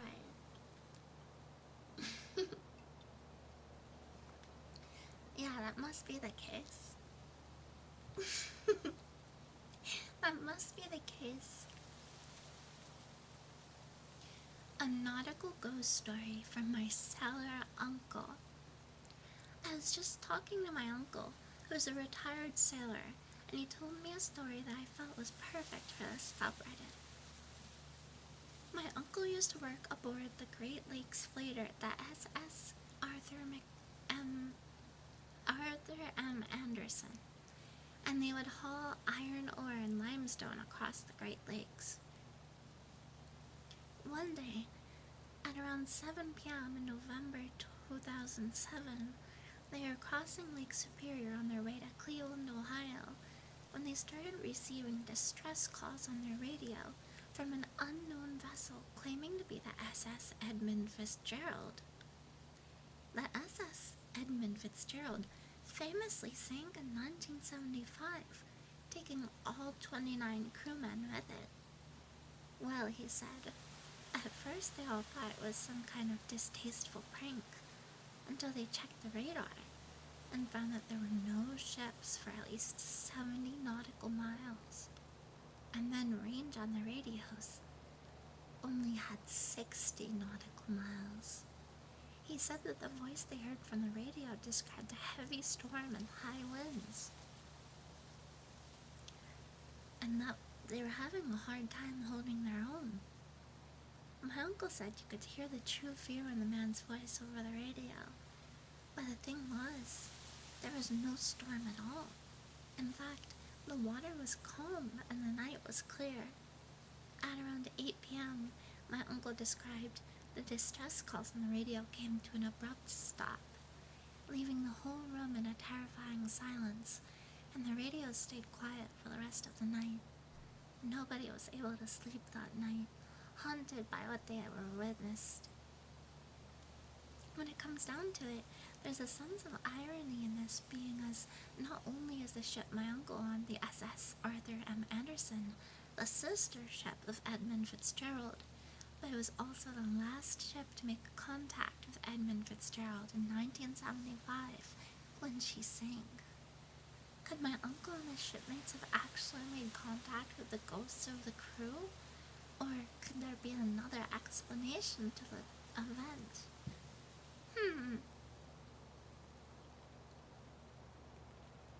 I kind of believe this one. I feel like we don't really know everything about radio waves.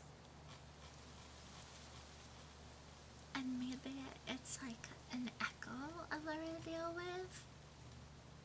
I don't necessarily think that they were the ghosts of those people, but I think it was definitely like a radio echo. I wonder if we can find more scary sailor stories. Scary sailor story. Reddit.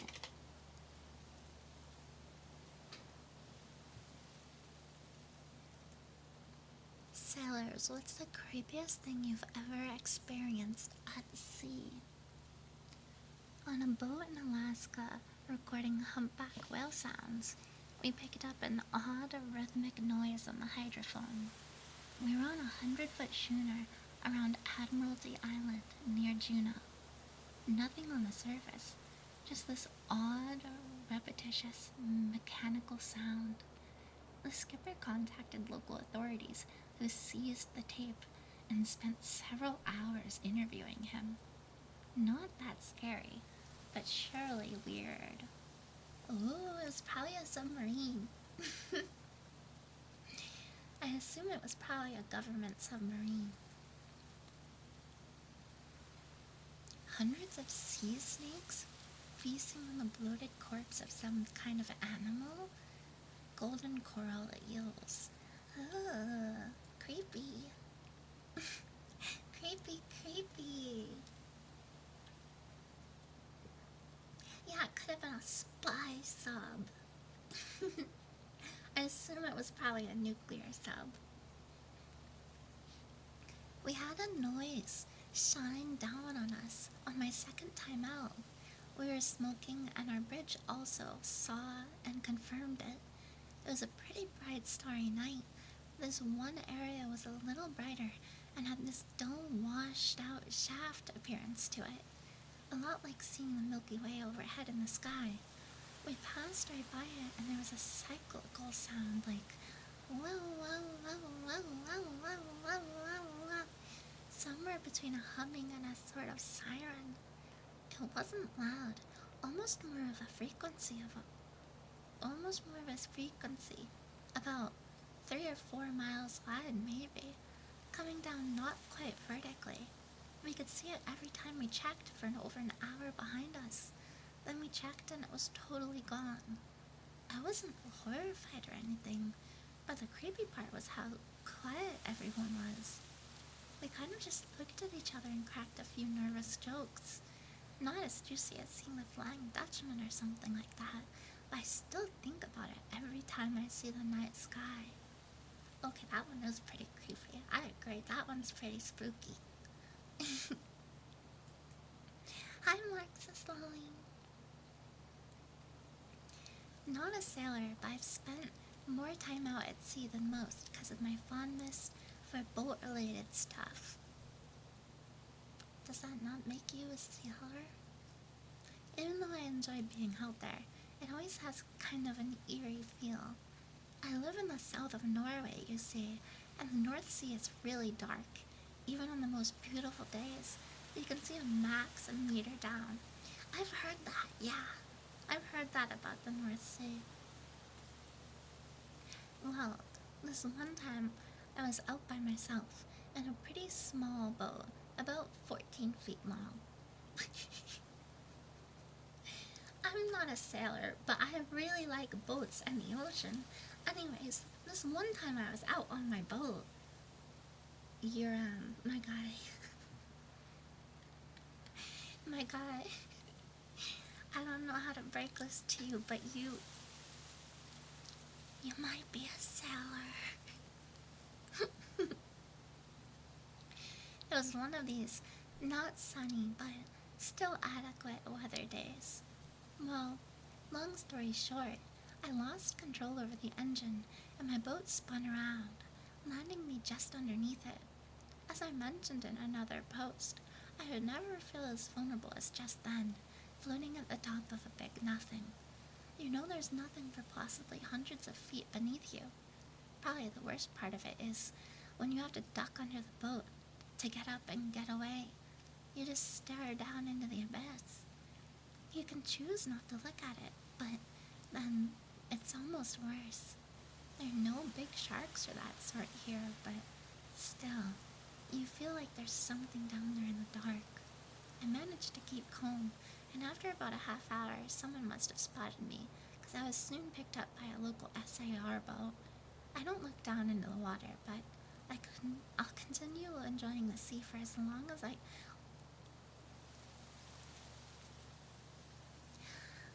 I'm not calling him a sailor, I take it back.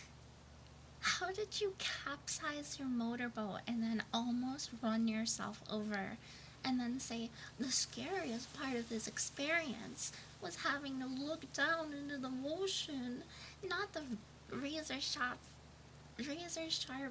blades that could have hit? How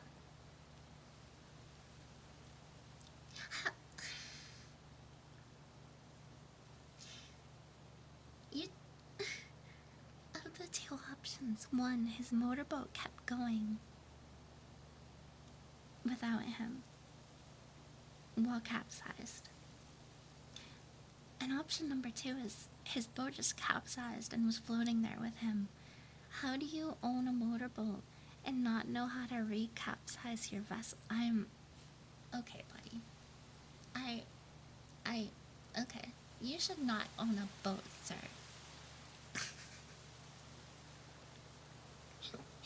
You should not own a boat.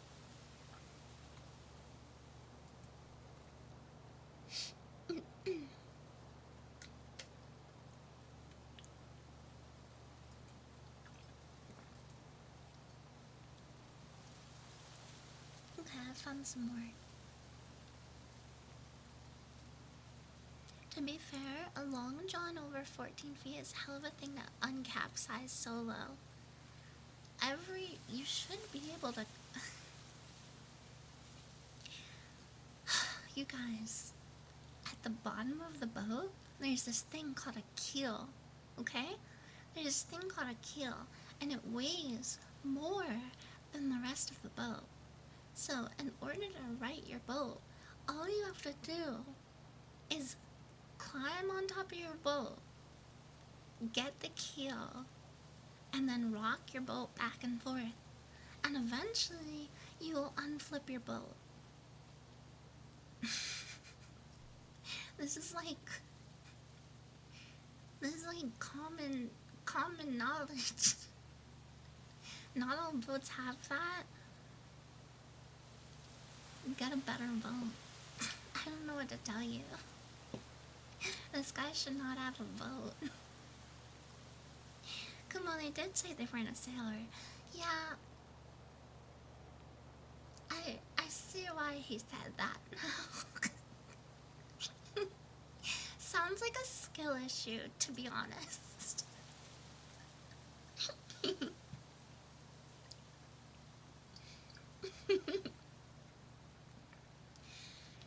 During World War II, my dad, a wireless operator on a minesweeper, passed by a German pilot, waving frantically from his still floating aircraft in the North Atlantic.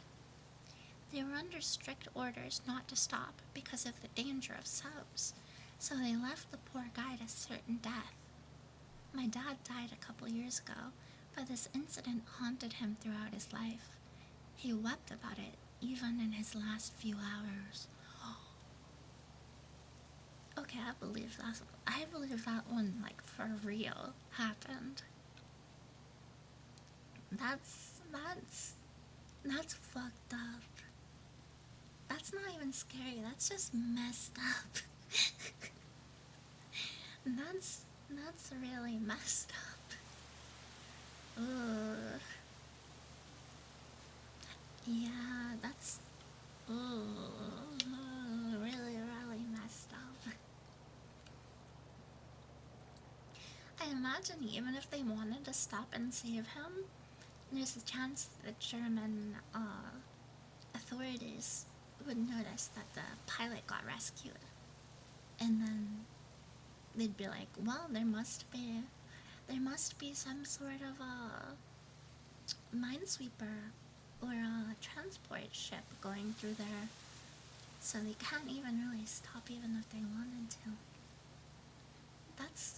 He probably just, like, he either drowned or if his plane floated, he would have just starved out there. Ugh. Unless the sharks got him, because it is the Atlantic. Can we get reading on legends? What do you mean?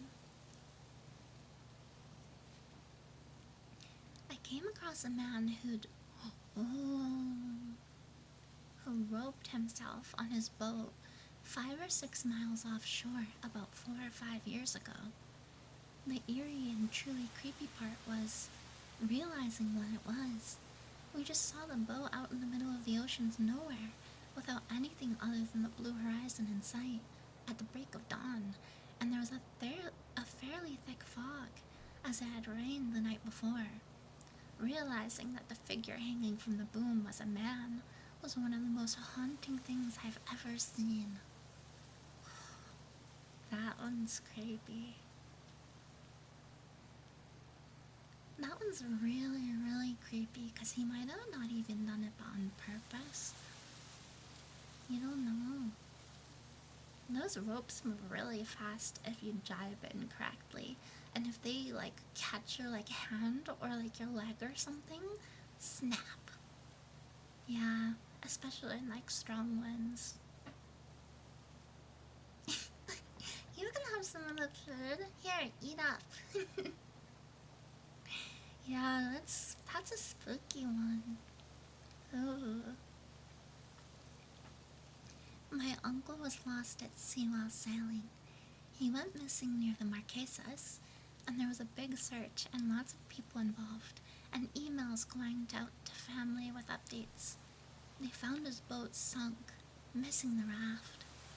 My cousin told me that he thinks his dad committed S word and sunk his boat beforehand on purpose.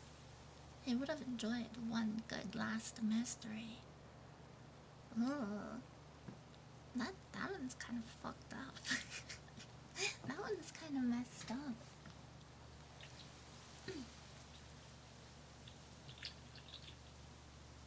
Sailing around in the Arabian Gulf, you can look out and see flaming flares from all of the oil rigs. You get so used to the blackness when you're out at sea at night, and suddenly you see these massive pillars of fire rising from the ocean all around you. Not really scary. That one wasn't very scary. Let's see.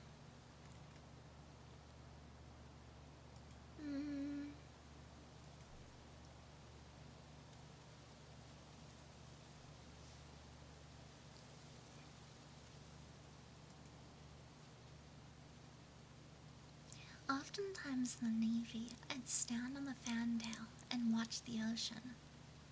Once we had hundreds, probably 400 dolphins riding in the carrier's wake. They followed us for 3 days. In the middle of the Pacific, it's so dark and there's so little light pollution, you can see reds, browns, and faint blues of gas clouds in the starscape. Oh, that's not scary though. I want scary stuff. Chat, tell me scary stories. Hi, Cobb.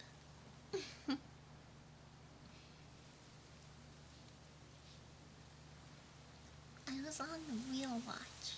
It was a quiet, sunny, calm July day in the Gulf of Alaska, and we were on our way to Kodiak from Dillingham.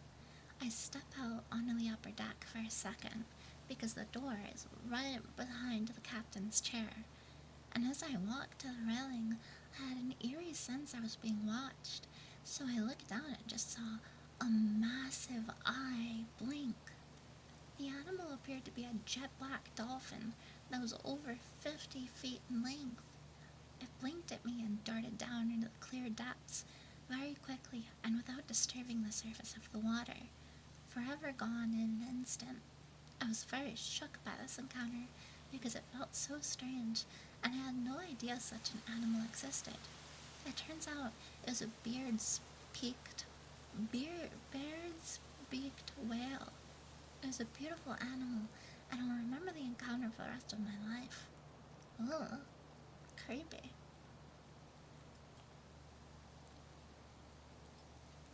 Creepy.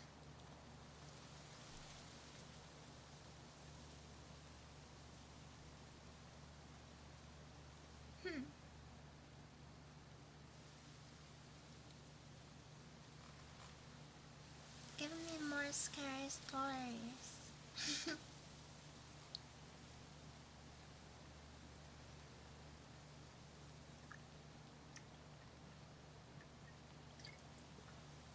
Can you read some 4chan green texts? Are they scary green texts? If they're scary ones, I'll read them.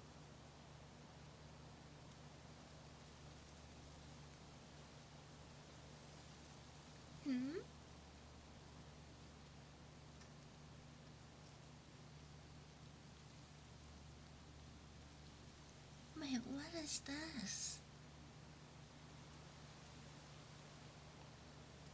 Dead ends? Huh? Oh, what these are?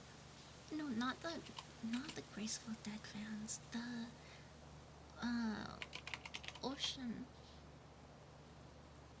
Yeah. Okay.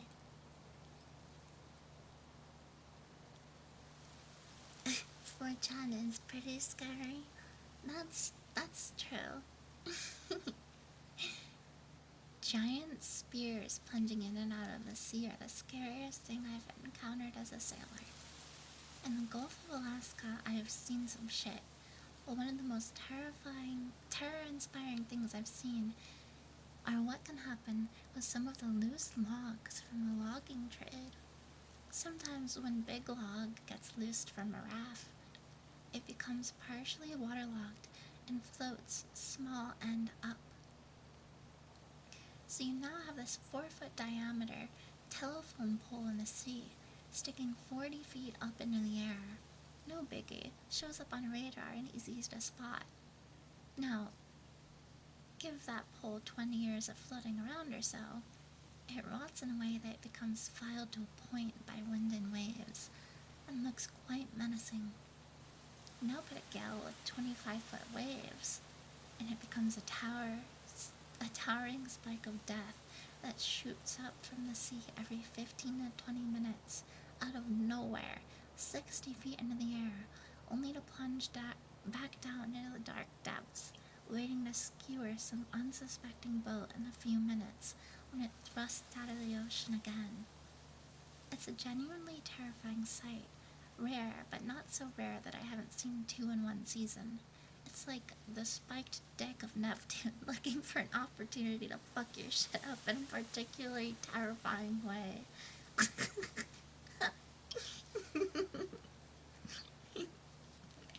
I believe him. He sounds like a sailor.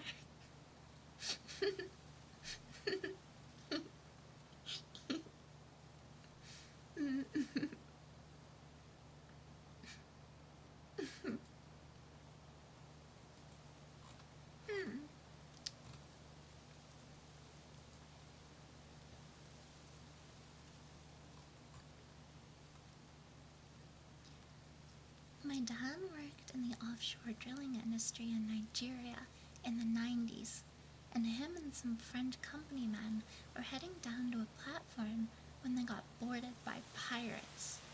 5 Frenchmen got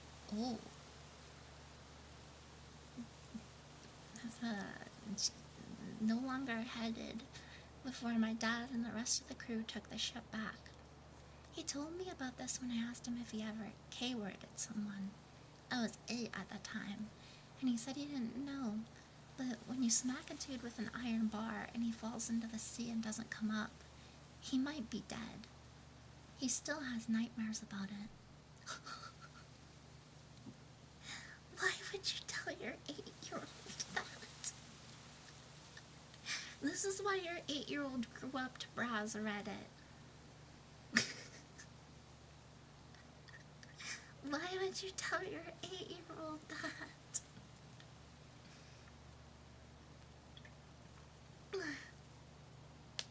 Ew.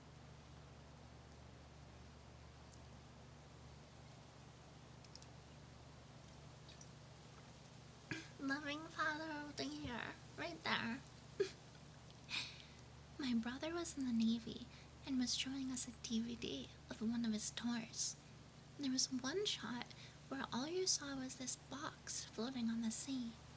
If you didn't know better, you might think it was fallen cargo or something. My brother paused the DVD and told us what it actually was. They had got down into the water and found out that it was an old fridge that was locked. Worse, it had a very dead human body inside it. And even worse than that, it had clearly been scratched from the inside. They were pretty far out from land, and at that point, and so had no idea how long the body had been floating around. Oh, that's creepy. That's creepy. Ugh.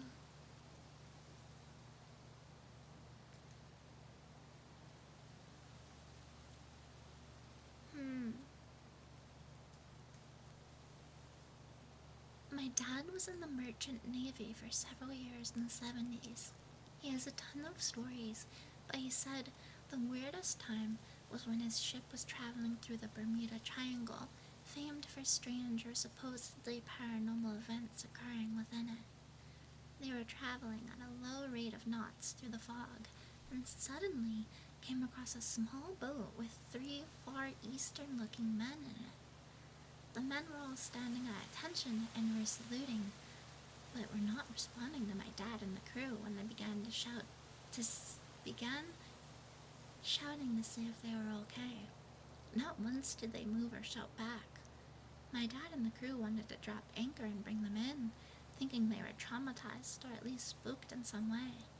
The captain, though, didn't want to stop and told the engine room to carry on, which didn't go down well with his crew. Apparently, the captain had to leave the ship when it reached port, as the crew were on the verge of mutiny. It hadn't been the first time he had made what everyone else thought to be stupid. He had made what everyone else thought to be a stupid or unexplainable decision. Ah.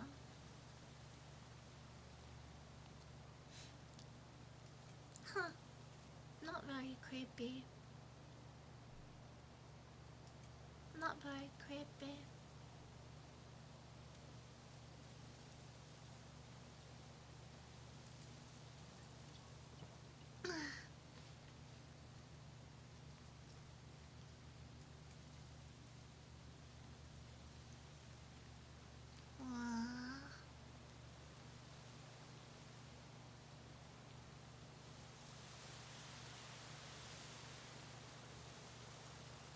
I want more, but it's kind of difficult to find them. Captain knew better to stop for weird vessels. Yeah, I feel like I would have made the same choice. Ma'am, there's 3 men saluting us in that boat over there, but they're not saying anything. They're just standing there creepily staring. Okay, that's nice. Let's let's continue now. That's very nice, but I would like to make it to port without being boarded by pirates. Thank you very much. Disco, thank you. Thank you for the beds. Kumo, are you more into stories that seem real? I think so, yeah. I think I'm into more, like,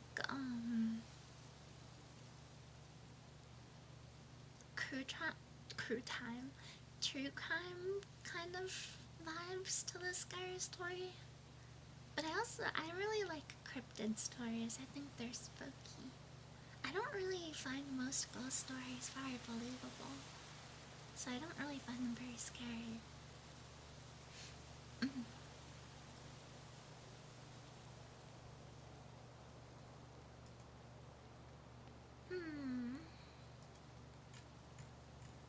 I want more.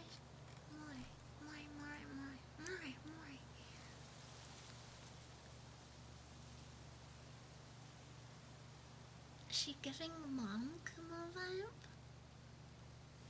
What do you mean? Wait, did someone gift to the... I know I have a picture of Sensei's art on the throne. Look up Wendigo or Skinwalker stories. Yeah, that's a good idea. That's a good idea.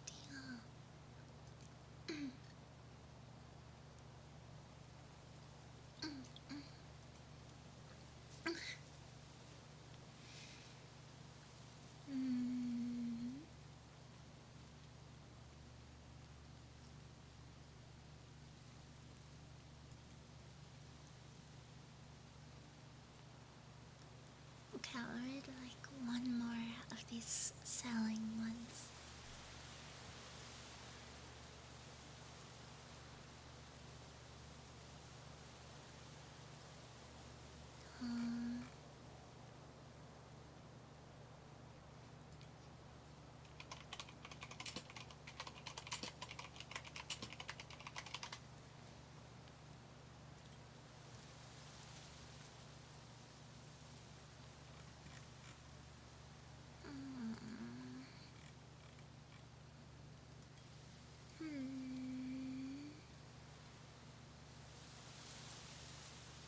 Well, this post is from like 10 years ago.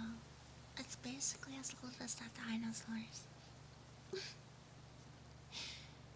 My father raced a 42-foot sailboat from Marion, Massachusetts to the Bermuda twice. He said the scariest part of it was how utterly pitch black dark it is out there on a cloudy moonless night. They had to reset a breaker or something like that, and had to turn the running lights off at one point. Dad said it was nearly impossible to tell if his eyes were opened or closed. Creepy. Creepy, creepy. mm.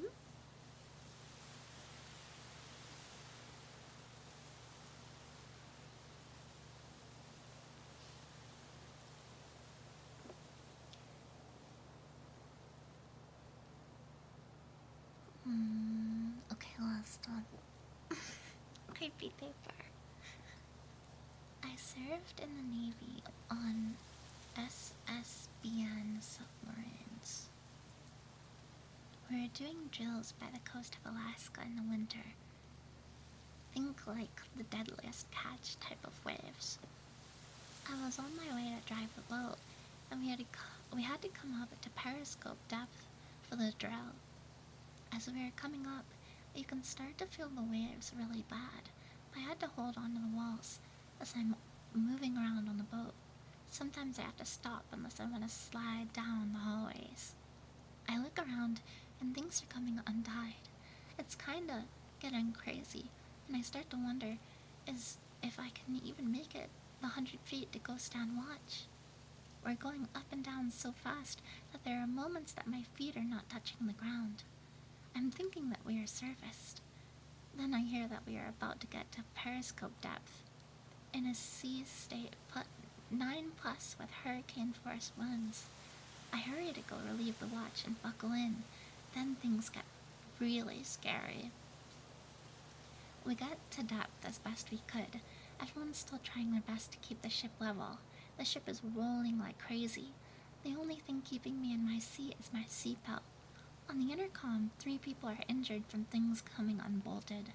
It's so bad that our periscope is useless because we keep going from 100 foot underwater to 50 feet in the air, and the air is filled with sea foam.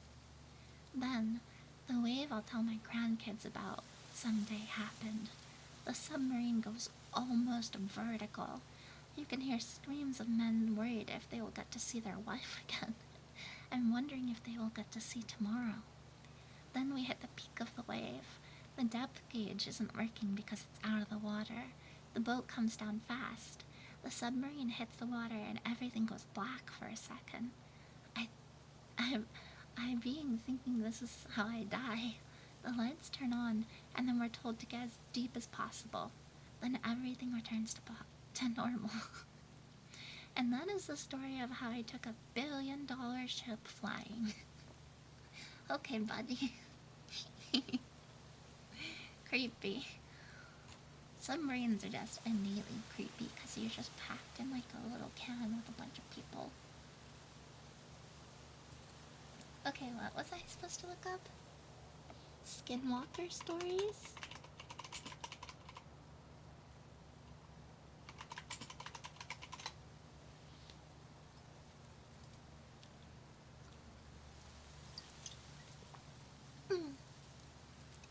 Let's see.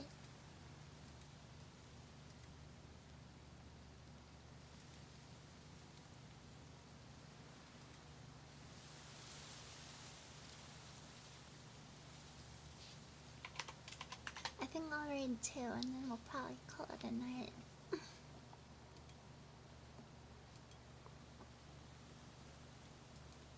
Why isn't this one loading?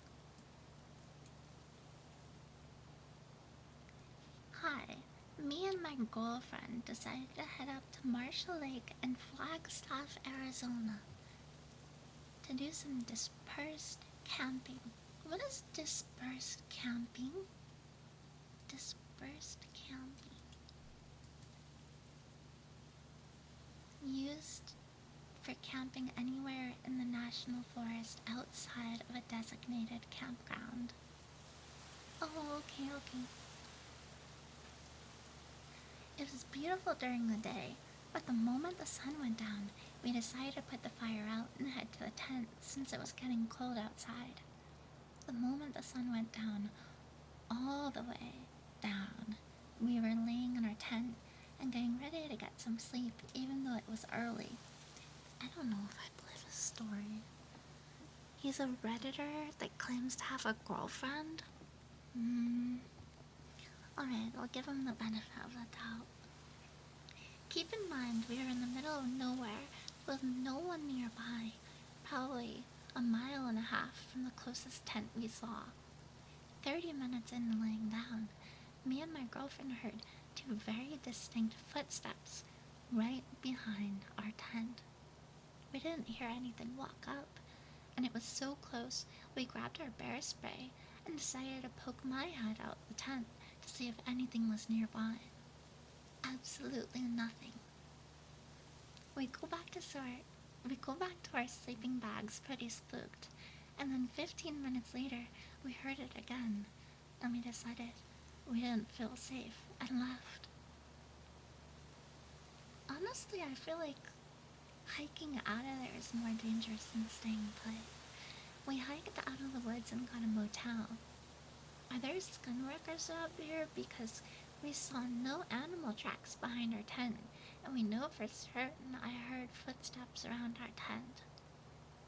I don't really believe him. I don't really believe him.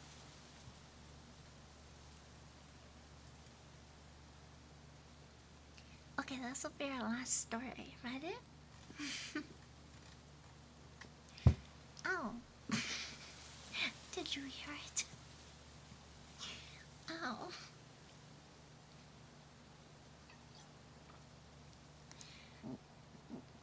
It fucking spoke to me.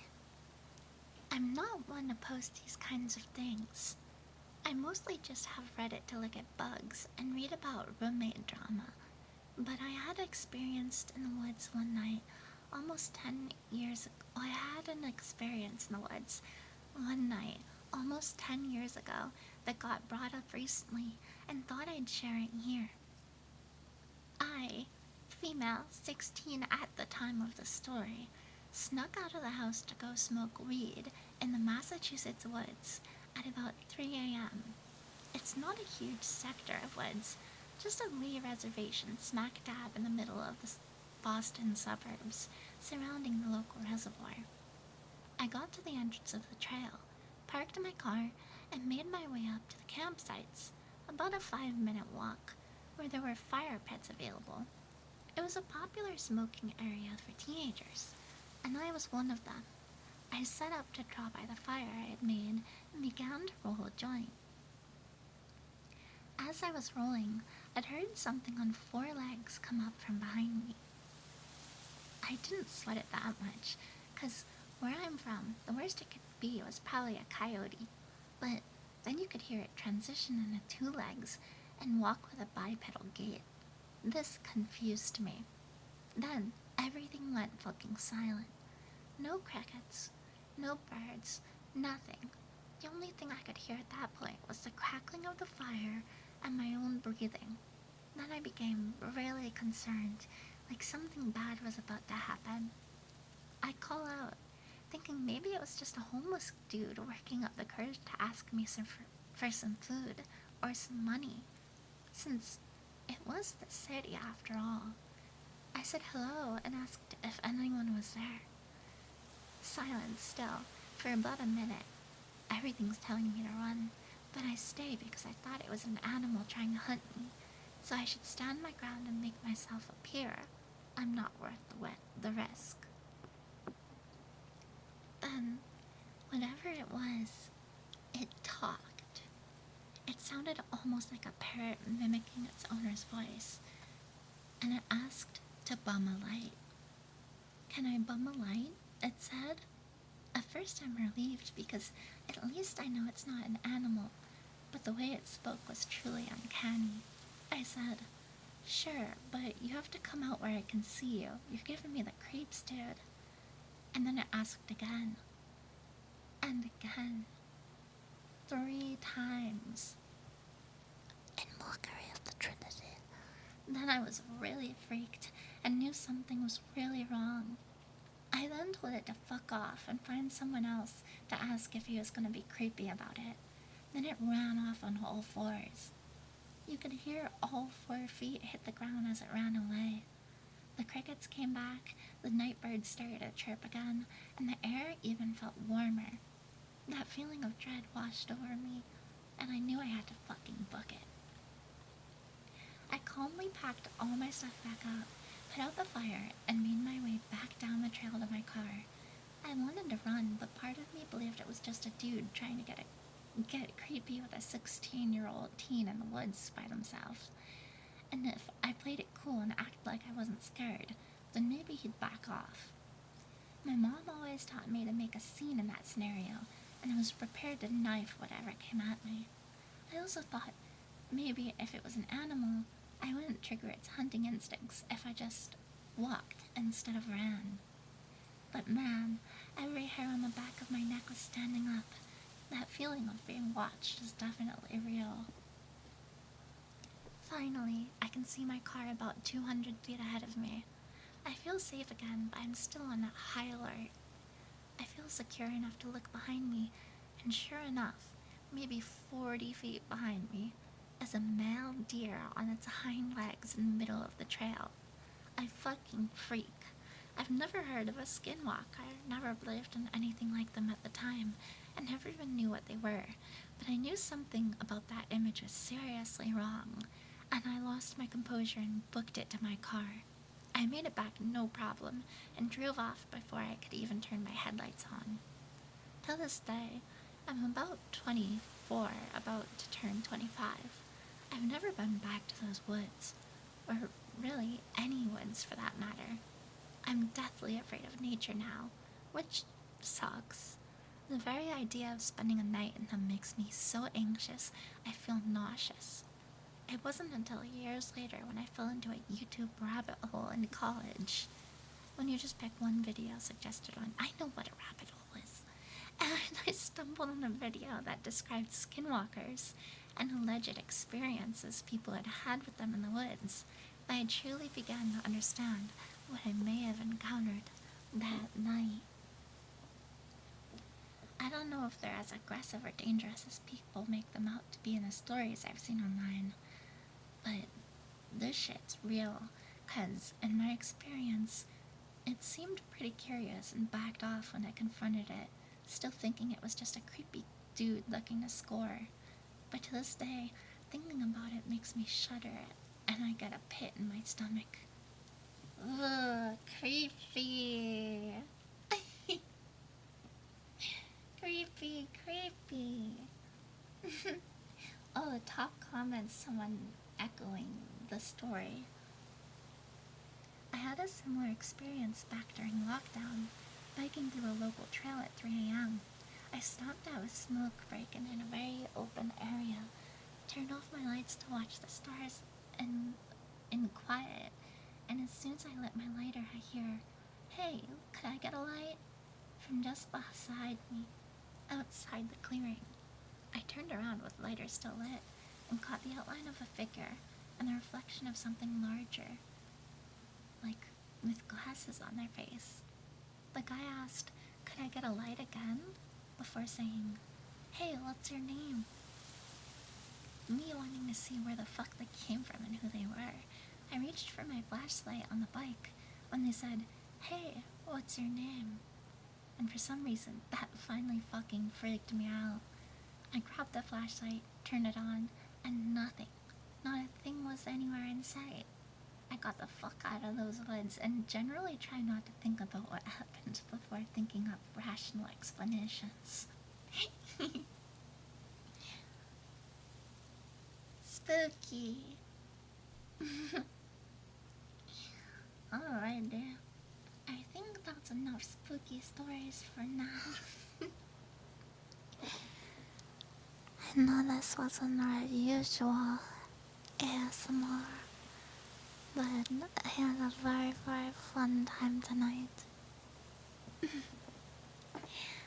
I think we're gonna raid into someone now. Cause I have to pick up my roommate.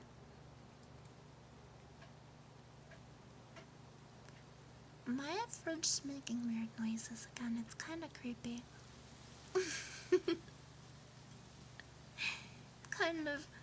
kind of worrisome, but let's see. We will raid. Rocco! Rocco's doing ASMR right now, so we're gonna raid her. Rocco is a Japanese VTuber, but she's been practicing her English. And she's very, very sweet. So, Raka-chan de reto suru. Yeah. What is that noise? Oh, it's my dog. What is that noise?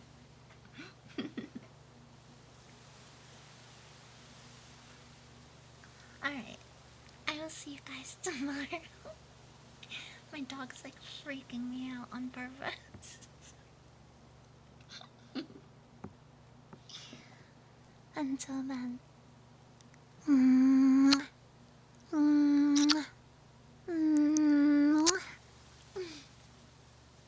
Thank you for hanging out with me. Had a lot of fun. Oyasumi nasai. And don't let the shadow people get you.